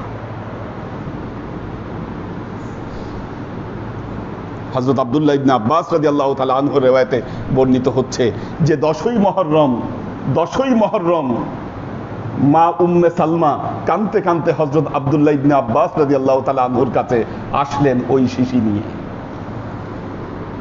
শিশি নিয়ে। আর এইদিকে হযরত আব্দুল্লাহ ইবনে আব্বাস রাদিয়াল্লাহু তাআলা আনহু স্বপ্নে দেখছেন যে রাসূলুল্লাহ সাল্লাল্লাহু আলাইহি ওয়াসাল্লাম কান্না মিশ্রিত কণ্ঠে একটি পেয়ালায় রক্ত এনে বলছে, ইবনে আব্বাস, তুমি দেখলা আমার উম্মত আমার নাতির সাথে কি আচরণ করলো, কি আচরণ করেছে আমার নাতির সাথে আমার উম্মত, দেখো তুমি। তিনি যখন উম্মে সালমার ঘরে আসলেন, দেখলেন উম্মে সালমা আগে থেকেই ক্রন্দন করছে, কারণ আল্লাহর নবী তাকে যে শিশি দিয়ে গিয়েছিলেন, যেই শিশিতে কারবালার মাটি সংরক্ষিত ছিল, সেই শিশি তখন রক্তে ভরে উঠেছে। মা উম্মে সালমা বললেন, আমি আল্লাহর নামে শপথ করে বলছি নিশ্চয়ই ইমাম হুসাইন কারবালার ময়দানে শাহাদত বরণ করেছেন, কারণ এই ভবিষ্যৎবাণী আল্লাহর নবী আমাকে বহু আগে করে দিয়ে গিয়েছিলেন। হযরত আলী রাদিয়াল্লাহু তাআলা আনহু একদিন কুফার দিকে যাচ্ছিলেন। ওই কুফার কারবালার ময়দানের পাশ থেকে যখন যাচ্ছিলেন, তখন সবাইকে জিজ্ঞাসা করলেন, এই জায়গার নামটি কি? ওনাকে জানালা হলো তিনি কারবালা। তিনি ওই জায়গায় নামলেন এবং দুই চোখের পানি ছেড়ে দিয়ে অনেকক্ষণ সেখানে তিনি দোয়া করলেন এবং বললেন, আল্লাহর নবী আমাকে জানিয়ে গিয়েছেন এই জায়গায় আমার পুত্র হুসাইন এখানে শাহাদত বরণ করবে। এই ভবিষ্যৎবাণী সাহাবীদের মুখে মুখে এই ভবিষ্যৎবাণী প্রচলিত ছিল। সাহাবারা সবাই জানতেন যে ইমাম হুসাইনকে শাহাদত বরণ করতে হবে। আল্লাহর আশিক ও সালেক বৃন্দ, কি দোষ ছিল ইমাম হুসাইনের?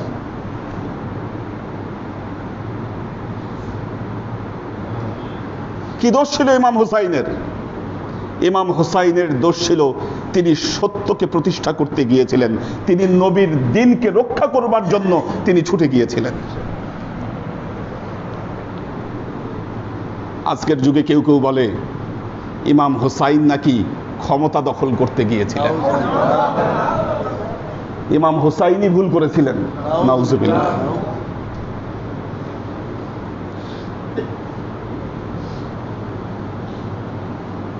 কুফাবাসী ইমাম হুসাইনকে চিঠির পর চিঠি দিয়েছে, চিঠির পর চিঠি দিয়েছে, আপনি আসুন আমরা আপনার হাতে বয়াত গ্রহণ করব। কুফাবাসী একের পর এক চিঠি পাঠিয়েছে, বয়াত গ্রহণ করব।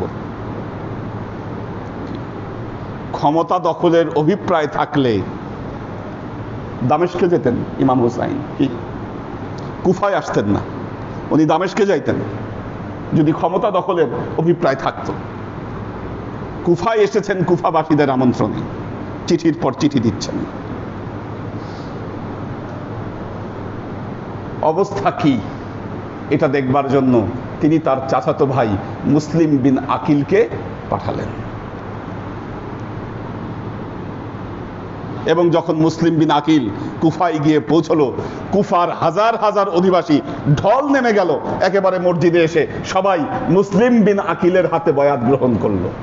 মুসলিম বিন আকিল দেখলেন সবকিছু পজিটিভ, তিনি ইমাম হোসাইনকে চিঠি লিখলেন যে আপনি চলে আসুন। ক্ষমতা দখলের অভিপ্রায় থাকলে মানুষ সাথে অনেক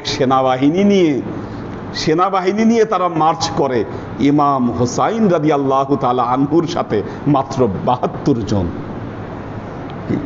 তার মধ্যে নারী, শিশু এবং বৃদ্ধ, এনারা। যুবক আছে মাত্র কয়েকজন, নিরস্ত্র। কারণ যুদ্ধের জন্য তো তারা সেখানে যাননি, তারা গিয়েছেন বয়াতের কাছে। ইয়াজিদ যখন এই খবর শুনতে পেল, তখন দেখলো যে না, কুফার অবস্থা ভালো না। সে ইবনে জিয়াদকে পাঠালো এই কুফার অবস্থা সামলানোর জন্য। ইবনে জিয়াদ যে চালাকিটা করলো, ওই মুখ ঢেকে সে কুফায় প্রবেশ করেছিল, যাতে কেউ বুঝতে না পারে যে না, সবাই যেন মনে করে যে সে ইমাম হুসাইন। কুফায় এসে সে প্রথম যে কাজটা করে, মুসলিম বিন আকিলকে সে হত্যা করে সবার সামনে।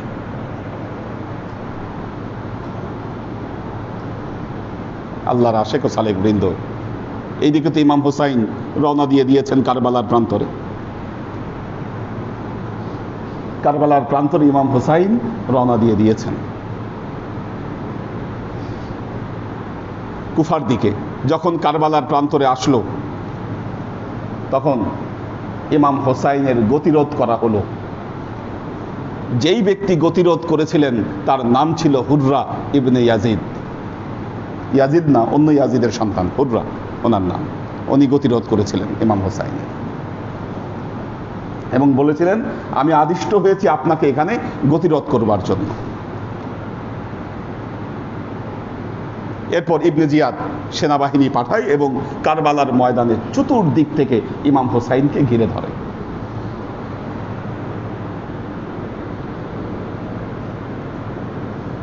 যদি মরুভূমিতে আপনি কখনো পথ চলেন, তখন বুঝবেন যে মরুভূমিতে পথ চলার অভিজ্ঞতা এবং কষ্টটা কি। উত্তপ্ত মরুভূমিতে কারবালার ময়দানে তাকে ঘিরে ধরা হয়েছে, পাশেই হচ্ছে দজলা ফোরাত নদী, পানির পথ বন্ধ করে দেওয়া হয়েছে।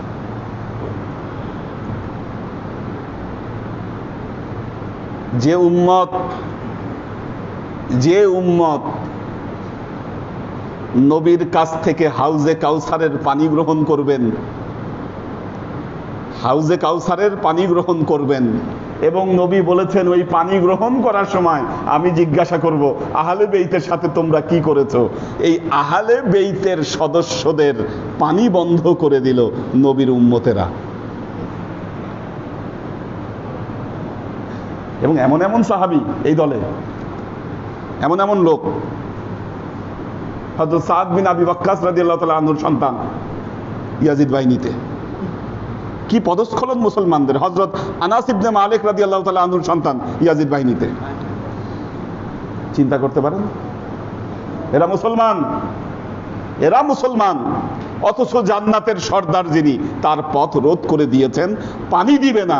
ইমাম হুসাইন ফরিয়াদ করেছেন কোন যুদ্ধে তো এমন নিয়ম নাই যে সেইখানে পানি বন্ধ করে দেওয়া হয়, কারণ পানি বন্ধ করে দেওয়া মরুভূমিতে এটা হত্যা করা শামিল। ইমাম হুসাইন রাদিয়াল্লাহু তাআলা আনহু ভাষণও দিয়েছিলেন, বলেছিলেন তোমরা আমার নানা মুহাম্মদ রাসূলুল্লাহ সাল্লাল্লাহু আলাইহি ওয়াসাল্লাম কি তোমাদের কাছে কি দ্বীনের দাওয়াত কি পৌঁছে দেয়নি?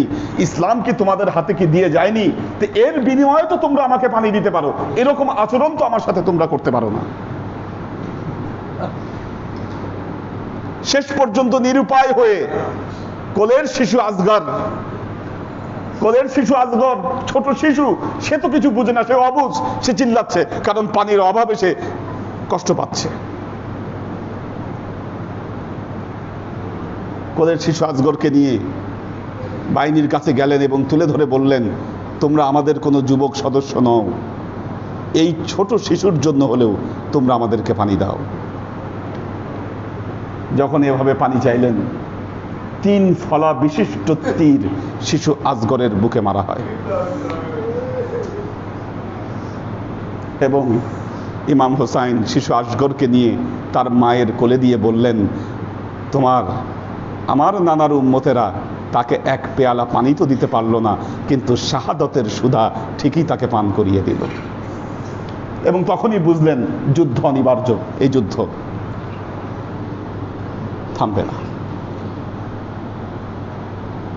সিদ্ধান্ত নিলেন কেউ পানি আর গ্রহণ করবে না, শেষ বিন্দু থাকা পর্যন্ত সবাই যুদ্ধে যাবে। কারবালার রাত, আজকে 10ই মুহররমের রাত। ইমাম হুসাইন রাদিয়াল্লাহু তাআলা আনহু বুঝতে পারলেন, তিনি রাতে সবাইকে তাঁবুর মধ্যে ডাকলেন এবং তাঁবুতে ডেকে তাদেরকে বললেন, তোমরা যে কষ্ট পাচ্ছ আমার জন্য, আমি তোমাদেরকে নিয়ে এসেছি কারবালার কুফায় তোমাদেরকে নিয়ে যাব এবং কুফাবাসী আমার হাতে বয়াত গ্রহণ করবে, সেই জন্য আমি তোমাদেরকে নিয়ে এসেছি এই জায়গায়। আমি জানতাম না আমি এই পরিস্থিতির মুখে পড়ব, মুসলিম বাহিনী আমার সাথে এই আচরণ করবে, এটা আমি কখনোই বুঝতে পারিনি। আমার তো উদ্দেশ্য ছিল ভিন্ন, কিন্তু তোমরা আমার সাথে এসে আমাকে সাহায্য করতে গিয়ে তোমরা এখন কঠিন পরিস্থিতিতে পড়েছ। আমি তোমাদেরকে সুযোগ দিচ্ছি, এখনো সময় আছে, যারা পারো তারা চলে যাও, কারণ কালকে যা হতে যাচ্ছে যুদ্ধ তো অনিবার্য, আর এটি অসম যুদ্ধ। একদিকে 72 জন, আরেকদিকে প্রায় 30,000 সৈন্য, অসম যুদ্ধ, এটা সম্ভব না এই যুদ্ধে জয়লাভ করা। কাজেই তোমাদেরকে আমি সুযোগ দিচ্ছি, তোমরা চলে যাও। ইমাম হুসাইন নির্দেশ দিলেন তাঁবুর সমস্ত মশালগুলোকে নিভিয়ে দিতে। অন্ধকার হয়ে গেল, কারণ অন্ধকারে সবার পালাইতে সুযোগ হবে। যারা চলে যেতে চায়, অনিবার্য মৃত্যু যারা ঠেকাতে চায়, তারা চলে যেতে পারবে। এই জন্য ইমাম হুসাইন নির্দেশ দিলেন সমস্ত তাঁবুর যে মশালগুলোকে যেন নিভিয়ে দেওয়া হয়। মশালগুলো নিভিয়ে দেওয়া হলো। ইমাম হুসাইন চুপ করে বসে আছেন ধ্যানমগ্ন অবস্থায়। 1-2 ঘন্টা এর মধ্যে পার হয়ে গেছে। ইমাম হুসাইন কনফার্ম হলেন যারা যাওয়ার তারা তো চলে গেছে। উনি মশাল জ্বালানোর নির্দেশ দিলেন। দেখলেন সবাই ইমাম হুসাইনের সামনে দাঁড়িয়ে আছে। হযরত আব্বাস বিন আলী রাদিয়াল্লাহু তাআলা আনহু তিনি বললেন, ইয়া হুসাইন, ইয়া মাওলা হুসাইন, আপনি কি চান? আপনি এখানে শাহাদত বরণ করবেন আর আমরা বেঁচে থাকব, আমাদের প্রাপ্তি কি হবে? আপনি যদি শাহাদত বরণ করেন আর আমরা যদি বেঁচে যাই, ফলাফলটি কি দাঁড়াবে, আমাদের কি প্রাপ্তি হবে, বরং যতক্ষণ আমাদের গায়ে শক্তি আছে ততক্ষণ আমরা আপনার জন্য লড়ে যাব। সবচেয়ে বৃদ্ধ যেই সাহাবী ছিলেন তিনি জোর গলায় বললেন, ইয়া হুসাইন, আমরা আপনার সাথে আছি, থাকবো, জীবনের শেষ বিন্দু পর্যন্ত আমরা আপনার সাথে লড়াই করে যাব। যখন এরকম সবাই বোল্ডলি আচরণ করলেন, ইমাম হুসাইন বুঝলেন যে না, সবাইকে নিয়ে যুদ্ধে নামতে হবে। হুররা, যার কথা বলেছিলাম, হুররা ইবনে ইয়াজিদ ইমাম হুসাইনকে বাধা দিয়েছিল। 10ই মুহররম রাতে স্বপ্নে দেখলেন তার পিতা সাহাবী, আল্লাহ নবীর সাহাবী ইয়াজিদ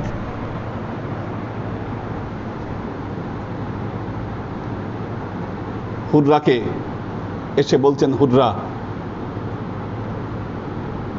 কেন তুমি জান্নাত এবং জাহান্নামের মাঝখানে তুমি আটকে আছো, লটকে আছো? তুমি বললেন, হুররা, তুমি দেখো, তোমার একদিকে জান্নাত এবং আরেকদিকে জাহান্নাম, যে কোনো একটাকে তোমাকে নির্বাচন করতে হবে। তুমি যদি জাহান্নামকে নির্বাচন করো, আমি আল্লাহর কাছে, আমাদের পেয়ারা নবীর কাছে আমি লজ্জিত হব, পেয়ারা নবীর কাছে আমি লজ্জিত হব। আর যদি তুমি জান্নাতকে তুমি নির্বাচন করো, তুমি আমার মুখকে উজ্জ্বল করবা। উনি ঘুম থেকে উঠেই তার সন্তানকে ডেকে পাঠালেন এবং বললেন, আমি রাতে এই স্বপ্ন দেখেছি, আমার পিতাকে আমি স্বপ্নে দেখেছি, তিনি আমাকে জান্নাতের দিকে আহ্বান করছেন, তুমি কি বলো? তার সন্তানকে জিজ্ঞাসা করলেন। উনি বললেন, আমিও জান্নাতকে বেছে নিতে চাই। 10ই মুহররম সকালবেলায় হুররা ঘোড়া ছুটায় ইমাম হুসাইনের তাঁবুতে চলে আসলেন এবং ইমাম হুসাইনের সামনে পায়ে মাথা গেড়ে বললেন, ইয়া হুসাইন, আমি ভুল করেছি, আপনি আমাকে মাফ করে দেন, আপনি আমাকে মাফ করে দেন। তিনি জানতেন ওই মুহূর্তে হুসাইনের পক্ষে যোগ দেওয়া মানে নিশ্চিত মৃত্যুকে বরণ করে নেওয়া। ইমাম হুসাইন বললেন, হুররা, আমি তোমাকে মাফ করে দিলাম। ইমাম হুসাইনের মহানুভবতায় তিনি অবাক হয়ে গেলেন। প্রথম দিকেই হুররা শহীদ হয়ে যান, তিনি শাহাদাতের পেয়ালাকে তিনি বেছে নিয়েছেন। আল্লাহর আশিক ও সালেক বৃন্দ একে একে যখন সবাই শহীদ হলো,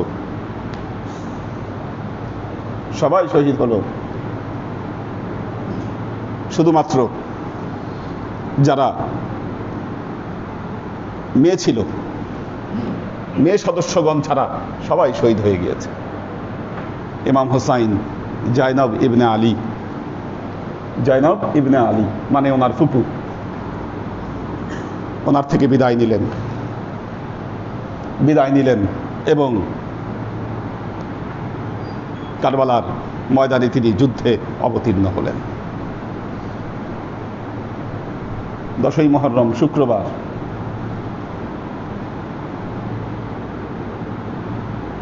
যারা ইমাম হুসাইনকে হত্যা করেছিল, নারাই তাকবীর আল্লাহু আকবার স্লোগান দিয়ে ইমাম হুসাইনকে জবাই করেছিল। বুঝেন অবস্থা? তাড়াতাড়ি জবাইয়ের কাজ শেষ করতে চেয়েছিল, কারণ নামাজ না আবার দেরি হয়ে যায়, নামাজ না ছুটে যায়, কি ইমাম হুসাইনকে তাড়াতাড়ি হত্যা করে নামাজ পড়বে আগে, এই জন্য নারাই তাকবীর আল্লাহু আকবার স্লোগান দিয়ে ইমাম হুসাইনকে হত্যা করেছিল। ইমাম হুসাইনের গায়ে 32টি 33টি তীরের আঘাত আর 34টি তরবারির আঘাত ইমাম হুসাইনের শরীরে পাওয়া গিয়েছিল।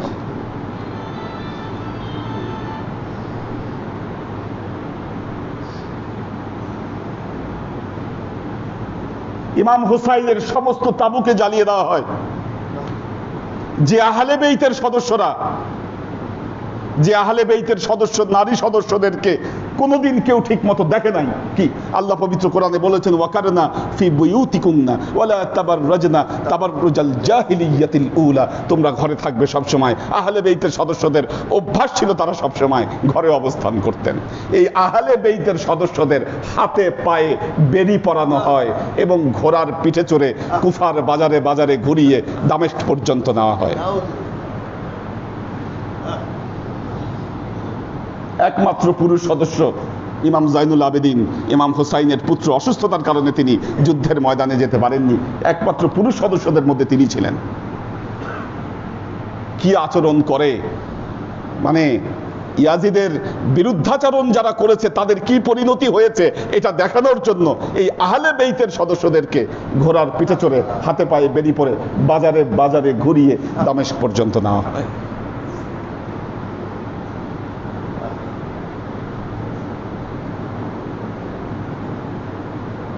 আল্লাহর আশিক ও সালেক বৃন্দ,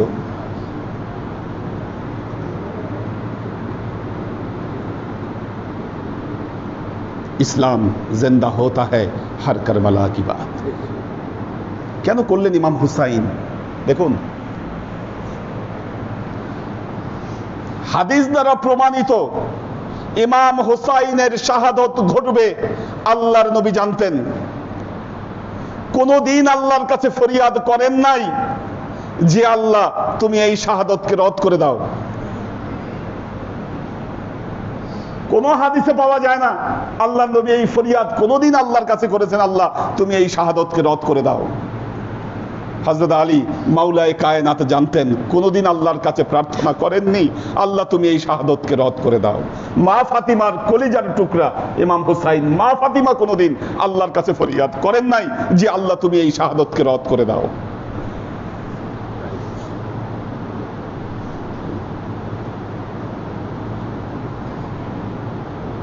কারণ তারা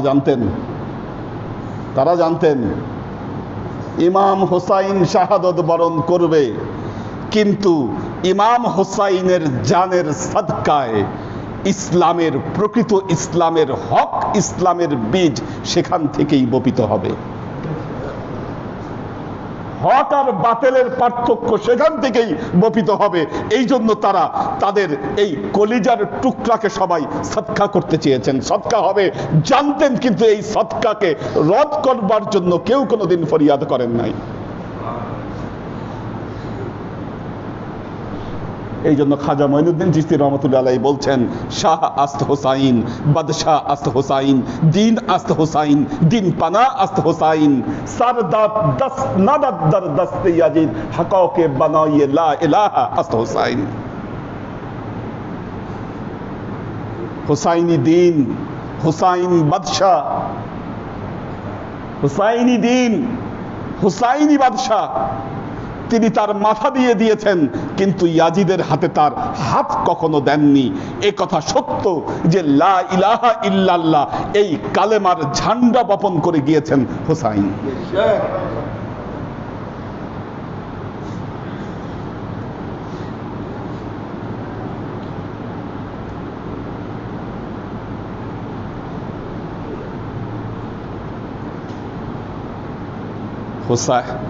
ইয়াজিদের বিরুদ্ধে কিছু বললে আপনার গায়ে লাগে,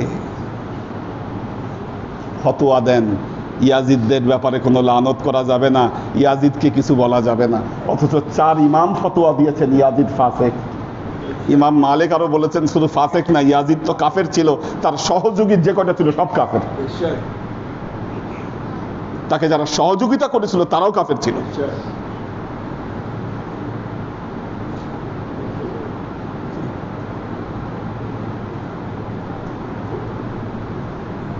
বোবা শয়তানের কথা আল্লাহর নবী বলে গেছেন, কিছু থাকবে বোবা শয়তান।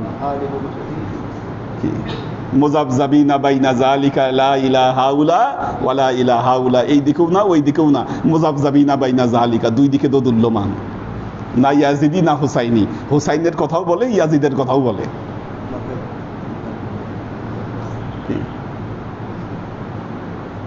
আর 10ই মুহররম আসলে আশুরা আশুরা আশুরা, আর এই রোজা শেষ, কারবালার কোনো আলোচনা নাই।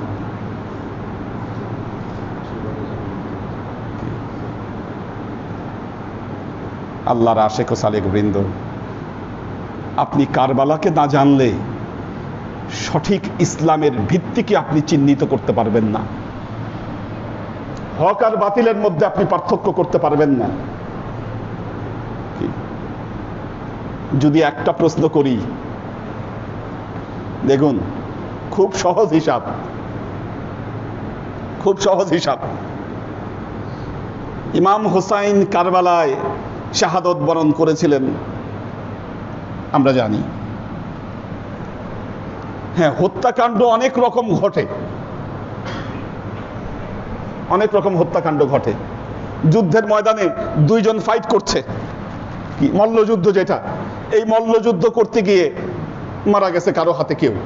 কি আপনারা সোহরাব রুস্তামের কাহিনী শুনেছেন, যে রুস্তামের হাতে তার সন্তান সোহরাব মারা গেছে, কি শাহাদত বরণ করেছে। এই এক মৃত্যু, এরকম মৃত্যু আছে। কিন্তু ইমাম হুসাইনের শাহাদত এমন শাহাদত ছিল না। ইমাম হুসাইনকে নির্মমতার সাথে, নির্মম ভাবে ইমাম হুসাইনকে শাহাদত বরণ করানো হয়েছে। তার পরিবার পরিজনের উপর আযাব চাপিয়ে দেওয়া হয়েছে।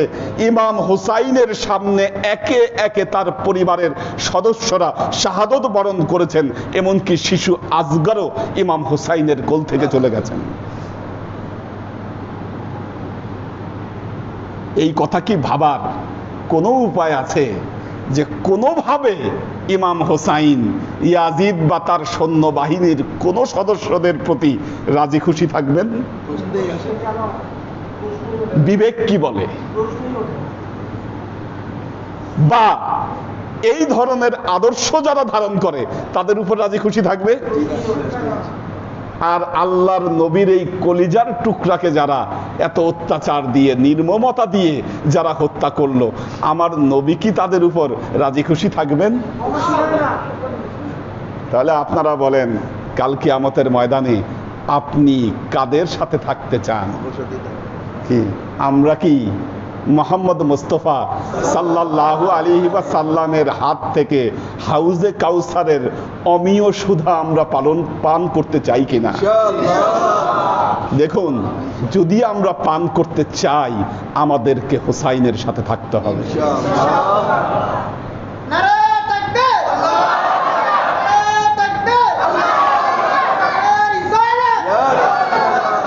আল্লাহর আশিক ও সালেক বৃন্দ, কোনো উপায় নাই, আপনাকে ঠিক করতে হবে।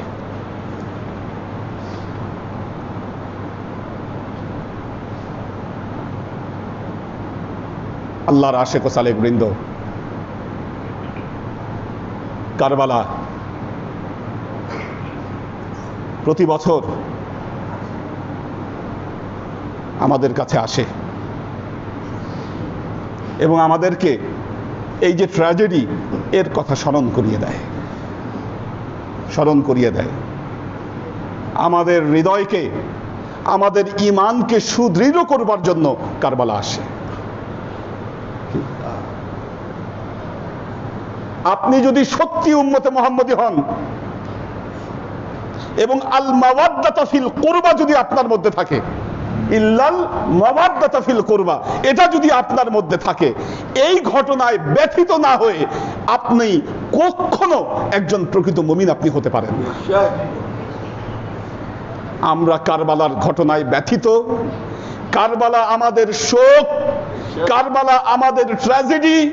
ইমাম হুসাইন আমাদের ইমানের ভিত্তি, আছে, থাকবে, কাল কিয়ামতের পরও থাকবে, এবং আমাদের মৃত্যুবরণ করার পরও আমরা হুসাইনের সাথে আছি। ইয়াজিদিদের সাথে কোনো সম্পর্ক আমাদের নাই। আল্লাহ আমাদেরকে মাফ করুন। এবং ইনশাআল্লাহ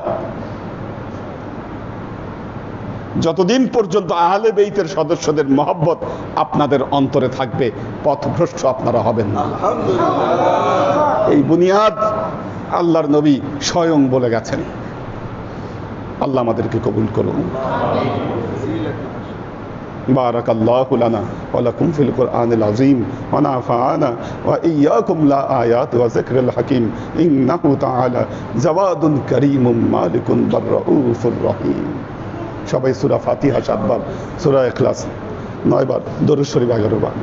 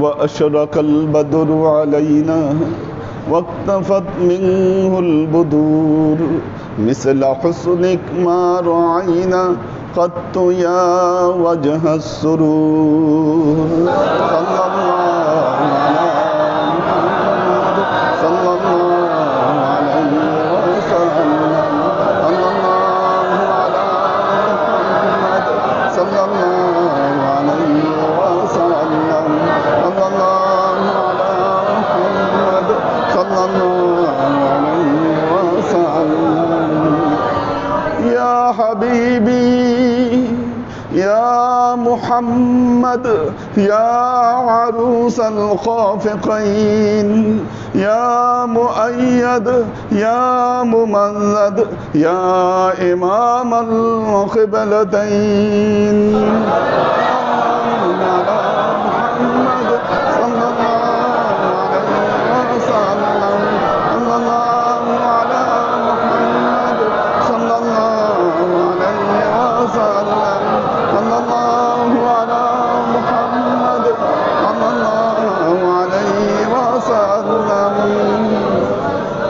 ما رأينا عيسى حنات بالسور إلا إليك والغمام هلك ظلت والولاء صلوا عليه صلى الله على محمد صلى الله عليه وسلم صلى الله على محمد صلى الله عليه وسلم صلى الله على محمد صلى الله عليه وسلم بلغ العلا بكماله كشف الدجى بجماله حسنت جميع خصاله صلوا عليه وآله سلموا يا قوم بر صلوا على صدر الأمين مصطفى ما جاء إلا رحمة للعالمين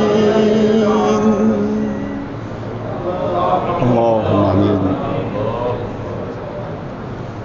اللهم صل على محمد وعلى آل محمد كما صليت على إبراهيم وعلى آل إبراهيم إنك حميد مجيد اللهم بارك على محمد وعلى آل محمد كما باركت على إبراهيم وعلى آل إبراهيم إنك حميد مجيد ربنا ظلمنا أنفسنا وإن لم تغفر لنا وترحمنا لنكونن من الخاسرين ربنا آتنا في الدنيا حسنة وفي الآخرة حسنة وقنا عذاب النار ربنا لا تزغ قلوبنا بعد إذ هديتنا وهب لنا من لدنك رحمة إنك أنت الوهاب اللهم إنك عفو تحب العفو فاعف عني يا غفور الرحيم الودود اللهم نور قلوبنا بنور الإيمان ونور قلوبنا بنور الإسلام ونور قلوبنا بنور الإحسان وزين أخلاقنا بنور محمد صلى الله عليه وسلم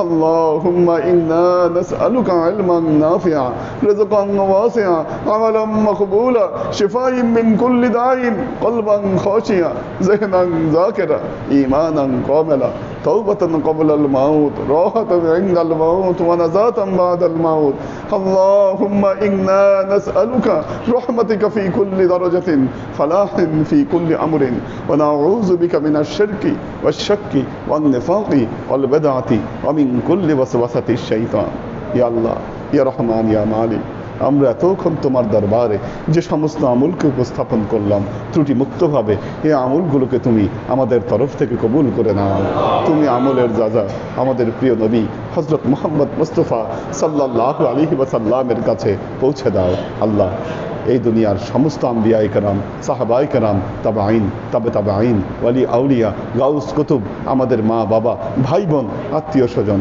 যারা আমাদেরকে ছেড়ে চলে গেছেন সবার রুহে আল্লাহ তুমি এর জাযাতে পৌঁছে দাও বিশেষ করে আল্লাহ 10ই মুহররমে কারবালার ময়দানে ইমাম হুসাইন রাদিয়াল্লাহু তাআলা আনহুর সাথে আহলে বাইতের যে সদস্যগণ ইমাম হুসাইনকে যারা সহযোগিতা করেছিলেন, যারা শাহাদাতের পেয়ালা পান করেছিলেন, আল্লাহ সবার রূহে তুমি আর যাজাকে পৌঁছে দাও। আল্লাহ তাদের জানের সদকায় যে ইসলামকে আমরা পেয়েছি, আল্লাহ আমরা যেন এই ইসলামকে আঁকড়ে ধরতে পারি, সে তৌফিক তুমি আমাদেরকে দান করো। আল্লাহ ইমাম হুসাইন রাদিয়াল্লাহু তাআলা আনহু এবং তার যে সহযোগীগণ, আল্লাহ তোমার যে দিনকে প্রতিষ্ঠার জন্য তাদের জানকে সাদকা করে দিলেন, সেই দিনকে যেন আমরা আঁকড়ে ধরতে পারি, সে তৌফিক আল্লাহ তুমি আমাদেরকে দান করো। আল্লাহ আজীবন যেন আমরা হকের উপর প্রতিষ্ঠিত থাকতে পারি, সে তৌফিক তুমি আমাদেরকে দান করো। আমাদের জীবন থেকে সমস্ত অভাব, অভিযোগ, বালা, মুসিবত, দুঃখ, কষ্ট, রোগ শোককে দূরীভূত করে দিয়ে দৃঢ় হস্তে তোমার দ্বীনের খেদমতের তৌফিক তুমি আমাদেরকে দান করো। আজীবন যেন তোমার হেদায়েতের পথে প্রতিষ্ঠিত থাকতে পারি, সে তৌফিক তুমি আমাদেরকে দান করো। সুবহান রাব্বিকা রাব্বিল ইজ্জাতি আম্মা ইয়াসিফুন, সালামুন আলাল মুরসালিন, আলহামদুলিল্লাহি রাব্বিল আলামিন। ওয়াজআল আখিরু কালিমাতিনা ইনদাল মাউত লা ইলাহা ইল্লাল্লাহু মুহাম্মাদুর রাসূলুল্লাহ সাল্লাল্লাহু আলাইহি ওয়া সাল্লাম।